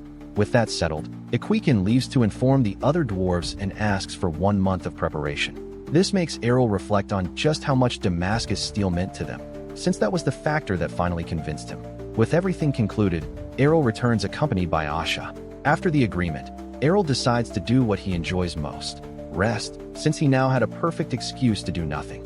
Sometime later, Kania is seen looking out the window, wondering whether Errol had even left his room. His guards also had no idea where he was. but Kania remembered that he had said he was exhausted from the trip and needed to rest. Even so, she couldn't believe he hadn't stepped out of his room for more than a week. Annoyed, she rushes over and kicks the door open, only to find him living as if he were in his own private paradise. Errol greets her with a smile, assuming she came to have dinner with him. Stunned by the scene, Kania watches as he asks Dia to prepare the environment for both of them. Using magic, Dia lifts Errol into the air, dresses him, and sets up a dinner table for him and Kania. While Errol is being served through magic, Kania remains completely baffled. He finds it strange that she isn't eating, but she is certain something is very wrong. Unlike him, who thinks everything is perfectly normal, she concludes that Errol's laziness has reached an absurd level. Right after that, he asks his personal mage to take him to the bath, which makes Kania lose her patience and destroy part of the room. This forces both of their guards to step in and call him in for a serious talk. Errol doesn't understand what the problem is and even asks Dia, who also seems confused. He assumes it's all just an overreaction, until Kania explains that he is becoming far too dependent on magic. Errol doesn't quite get it, believing the issue might lie with Dia, but in reality, her dedication isn't the problem. It's him, who barely even walks on his own anymore. He even comments that he still goes to the bathroom by himself, but everyone reminds him that this is far from enough. Even his guards reinforce that excessive use of magic is harmful. To Errol, it's simply a matter of convenience, and he asks whether Dia is bothered by all the work. Dia assures him that she isn't, and because of that, Errol sees no issue at all, while everyone else sees the problem clearly. Kania warns that the mage is only feeding this addiction and that, outside the palace, this behavior would be unacceptable. Errol even starts to think it might be a good idea, but everyone reacts against it before he can even finish his thought. In the end, Kania, acting as the older sister, forbids him from relying on magic, leaving him shocked.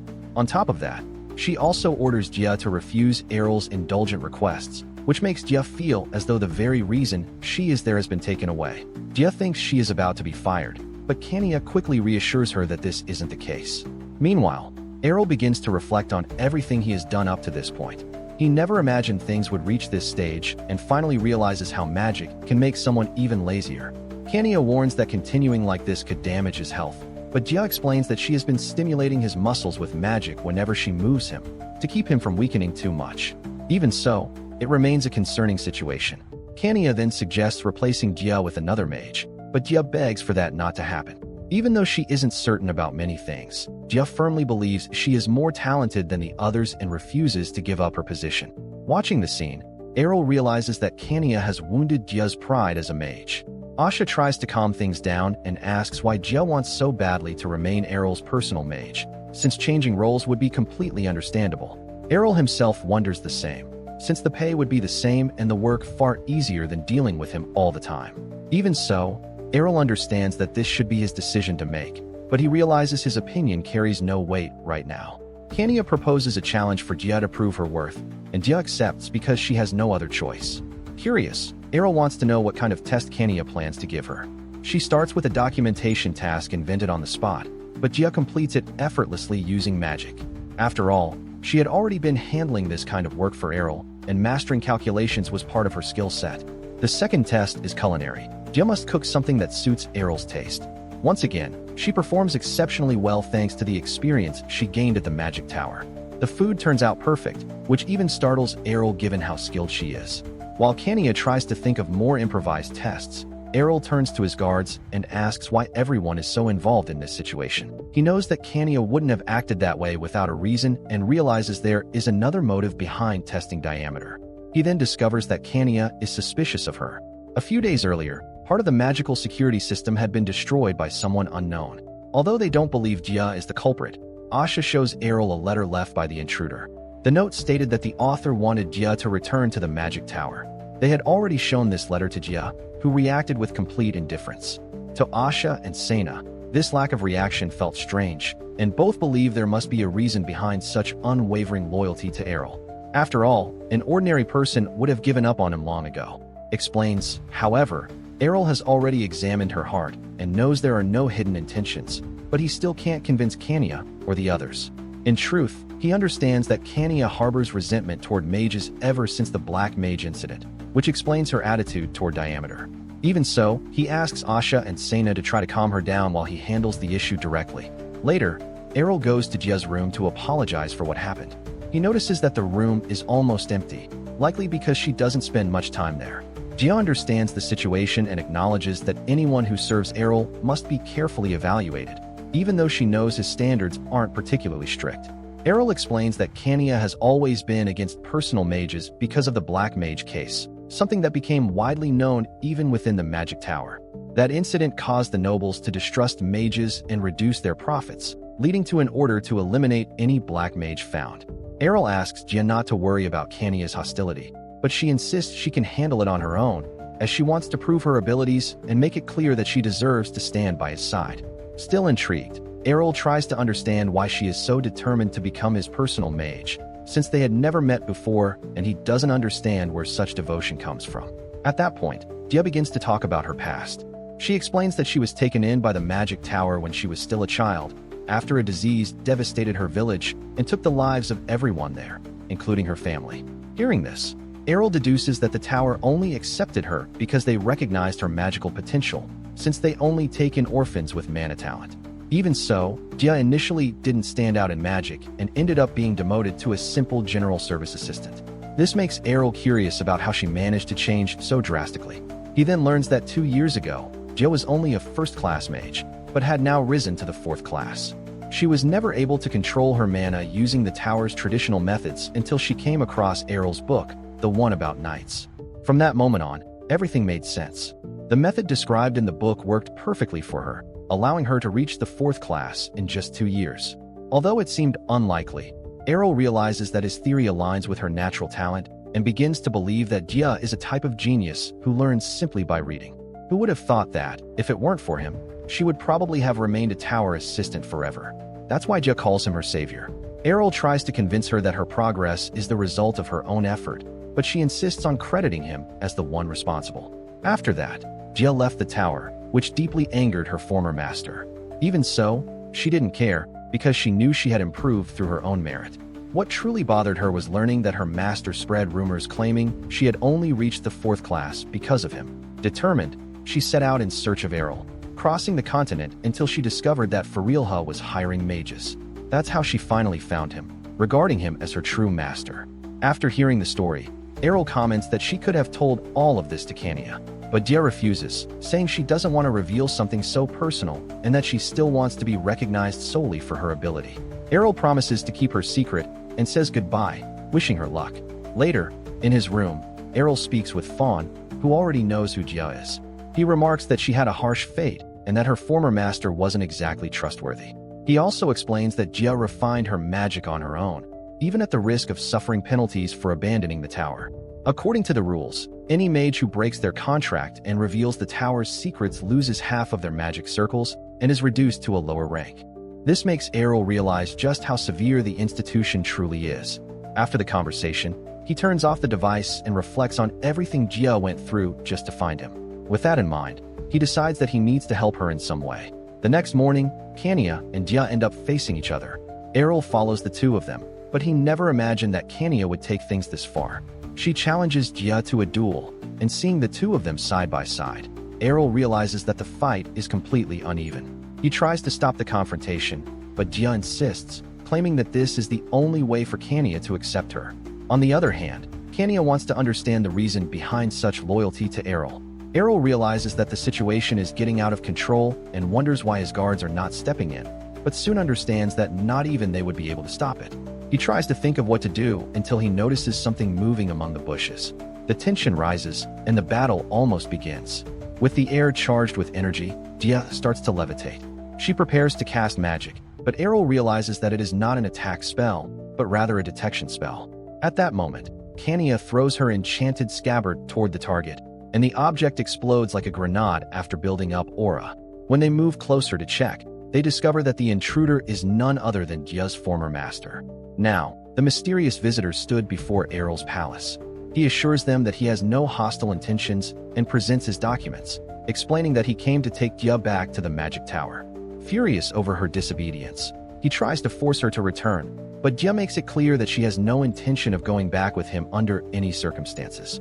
During the confrontation, it becomes clear that Jia's former master never treated her well.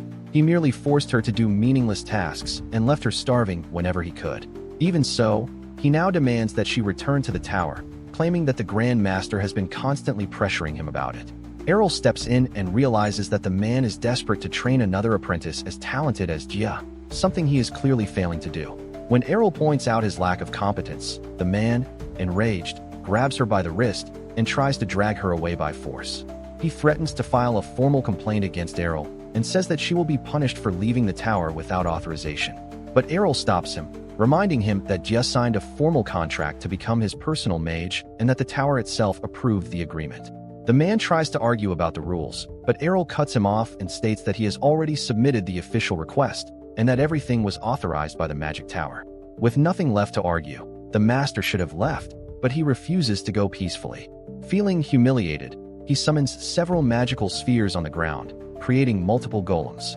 Determined to take Jia back, he orders his creatures to attack. He believes that if he manages to reclaim her, the tower will take his side. Clearly, he chose the wrong enemy. Errol orders the guards in Kania to counterattack. At first, he imagines the man must be at least an S-class mage, but soon discovers that he is nothing more than a weak class 5 mage. In a last desperate move, the master has one of the golems attempt to capture Errol, but the plan fails miserably. Jia reacts quickly, casts a lightning spell, and destroys the golem. Then she conjures cutting winds that wipe out the remaining minions and disarm the sorcerer. When everything seems settled, the man activates a teleportation scroll and escapes. Jia wants to chase after him, but Errol asks her to let it go. He himself will file a formal complaint with the tower. Jia apologizes for the trouble, but Errol assures her that it is not a problem. He explains that she is no longer under suspicion, which leaves her confused. Then Errol reveals that he already knew about the former master's presence and simply wanted to see whether she would have the courage to face him, which she proved flawlessly. After defeating the man, no one would have any reason left to doubt her loyalty. Meanwhile, elsewhere, Jia's former master struggles to catch his breath after narrowly escaping. Even so, he remains determined to take her back. His monologue is interrupted when a mysterious figure appears atop a tree. Before he can react, he is incinerated by a powerful fire spell. That figure was Errol himself, who decided to use him as practice for his new spells. He concludes that killing him was better than letting him suffer an official punishment, and in any case, he could not allow him to remain alive because of diameter. He then leaves quietly, so as not to raise suspicion. The next day, Errol resumes his routine, with Jia assisting him by handing over a book. He thanks her, but says that he no longer needs magical assistance, likely influenced by Kania's warnings about his laziness. Curious, Jia asks whether he still wants her to continue as his personal mage. He confirms, saying that the incident was not her fault. Moved, she praises him for his generosity, but reflects on how much she worries about him. Her loyalty is so strong that it even makes Errol a little uncomfortable. He asks what she would do if one day he disappointed her, and she replies that even then, she would continue to regard him as her savior. With that, Errol realizes that he has gained an incredibly loyal ally, and is surprised by the people fate has placed in his path. The new day dawns calmly, birds sing, the sun shines, and he enjoys the moment, until he decides to train new spells, causing complete chaos. There goes the tranquility. In just 1 month, Errol reaches class 6 as a mage. All the commotion he causes takes place on the borders of his territory, the ideal location for his secret training, since no one usually shows up there. One thing that would have made Errol's training more interesting would have been the presence of monsters. However, on second thought, it's probably for the best that they weren't there. With everything under control, Errol realizes that the ideal moment to act has arrived. He remembers the first time he saw Queen Elja as a baby, and ever since then, she had already shown antipathy toward him, simply by the way she looked at him. At first, he tried to ignore it, but Elja continued to provoke him through politics, and even went so far as to be rude to him in front of her own mother. Tired of this, he decides to ascend to the queen's territory using magic, determined to put an end to the provocations. Upon arriving, he finds an alarm barrier surrounding the castle that only allows certain types of mana to pass through. But he crosses it easily, since he fully masters that type of spell. Fortunately, no guard notices his entry. He observes the mansion of Elja's parents and remarks that it is much larger than his own, but soon creates an immense fireball, ready to reduce everything to ashes. The magic detonates, and the flames begin to fall like rain over the area. The residents panic and try to flee the building, unaware that the one responsible is Errol himself, who uses invisibility and silence spells to remain hidden. After that, he decides to make life difficult for the vassal of the Duke of Fresh family, casting a curse that causes symptoms similar to the flu, or even something worse, leaving him unable to act after the attack. Since he went through so much trouble to get there, Errol decides to take a few souvenirs. He breaks down a door and comes face to face with the family's treasure, then chooses to teleport everything away, leaving behind only a note as a reminder of his visit. Later, some survivors find the letter and realize that he was the culprit, although no one knows exactly who left the message. The first to receive the news is Elja. Upon hearing about the attack, she loses her strength and collapses. Fortunately, there were no deaths, only minor injuries. Even so, everyone wonders who could be capable of something so audacious. The king is soon informed and orders that the culprit be found. Based on the signs of the attack, it is believed to be the work of a Class 6 mage, or perhaps a group of them, possibly black mages, as in Kanya's case. During a meeting, someone reports that the nobles of the Frack family fell ill after the fire. They soon also discover that the entire family fortune, the source of their pride, was stolen. The queen orders an investigation to find the culprit at any cost, while remaining cautious, fearing that she might be the next target. Elsewhere, Asha's daughter hears about the tragedy. She comments that the Frack family's status has dropped drastically, and that no one wants to get involved out of fear of further retaliation. Speaking with Kanya, she says that despite the blow, the Fracks are still a powerful family and will be able to stay on their feet.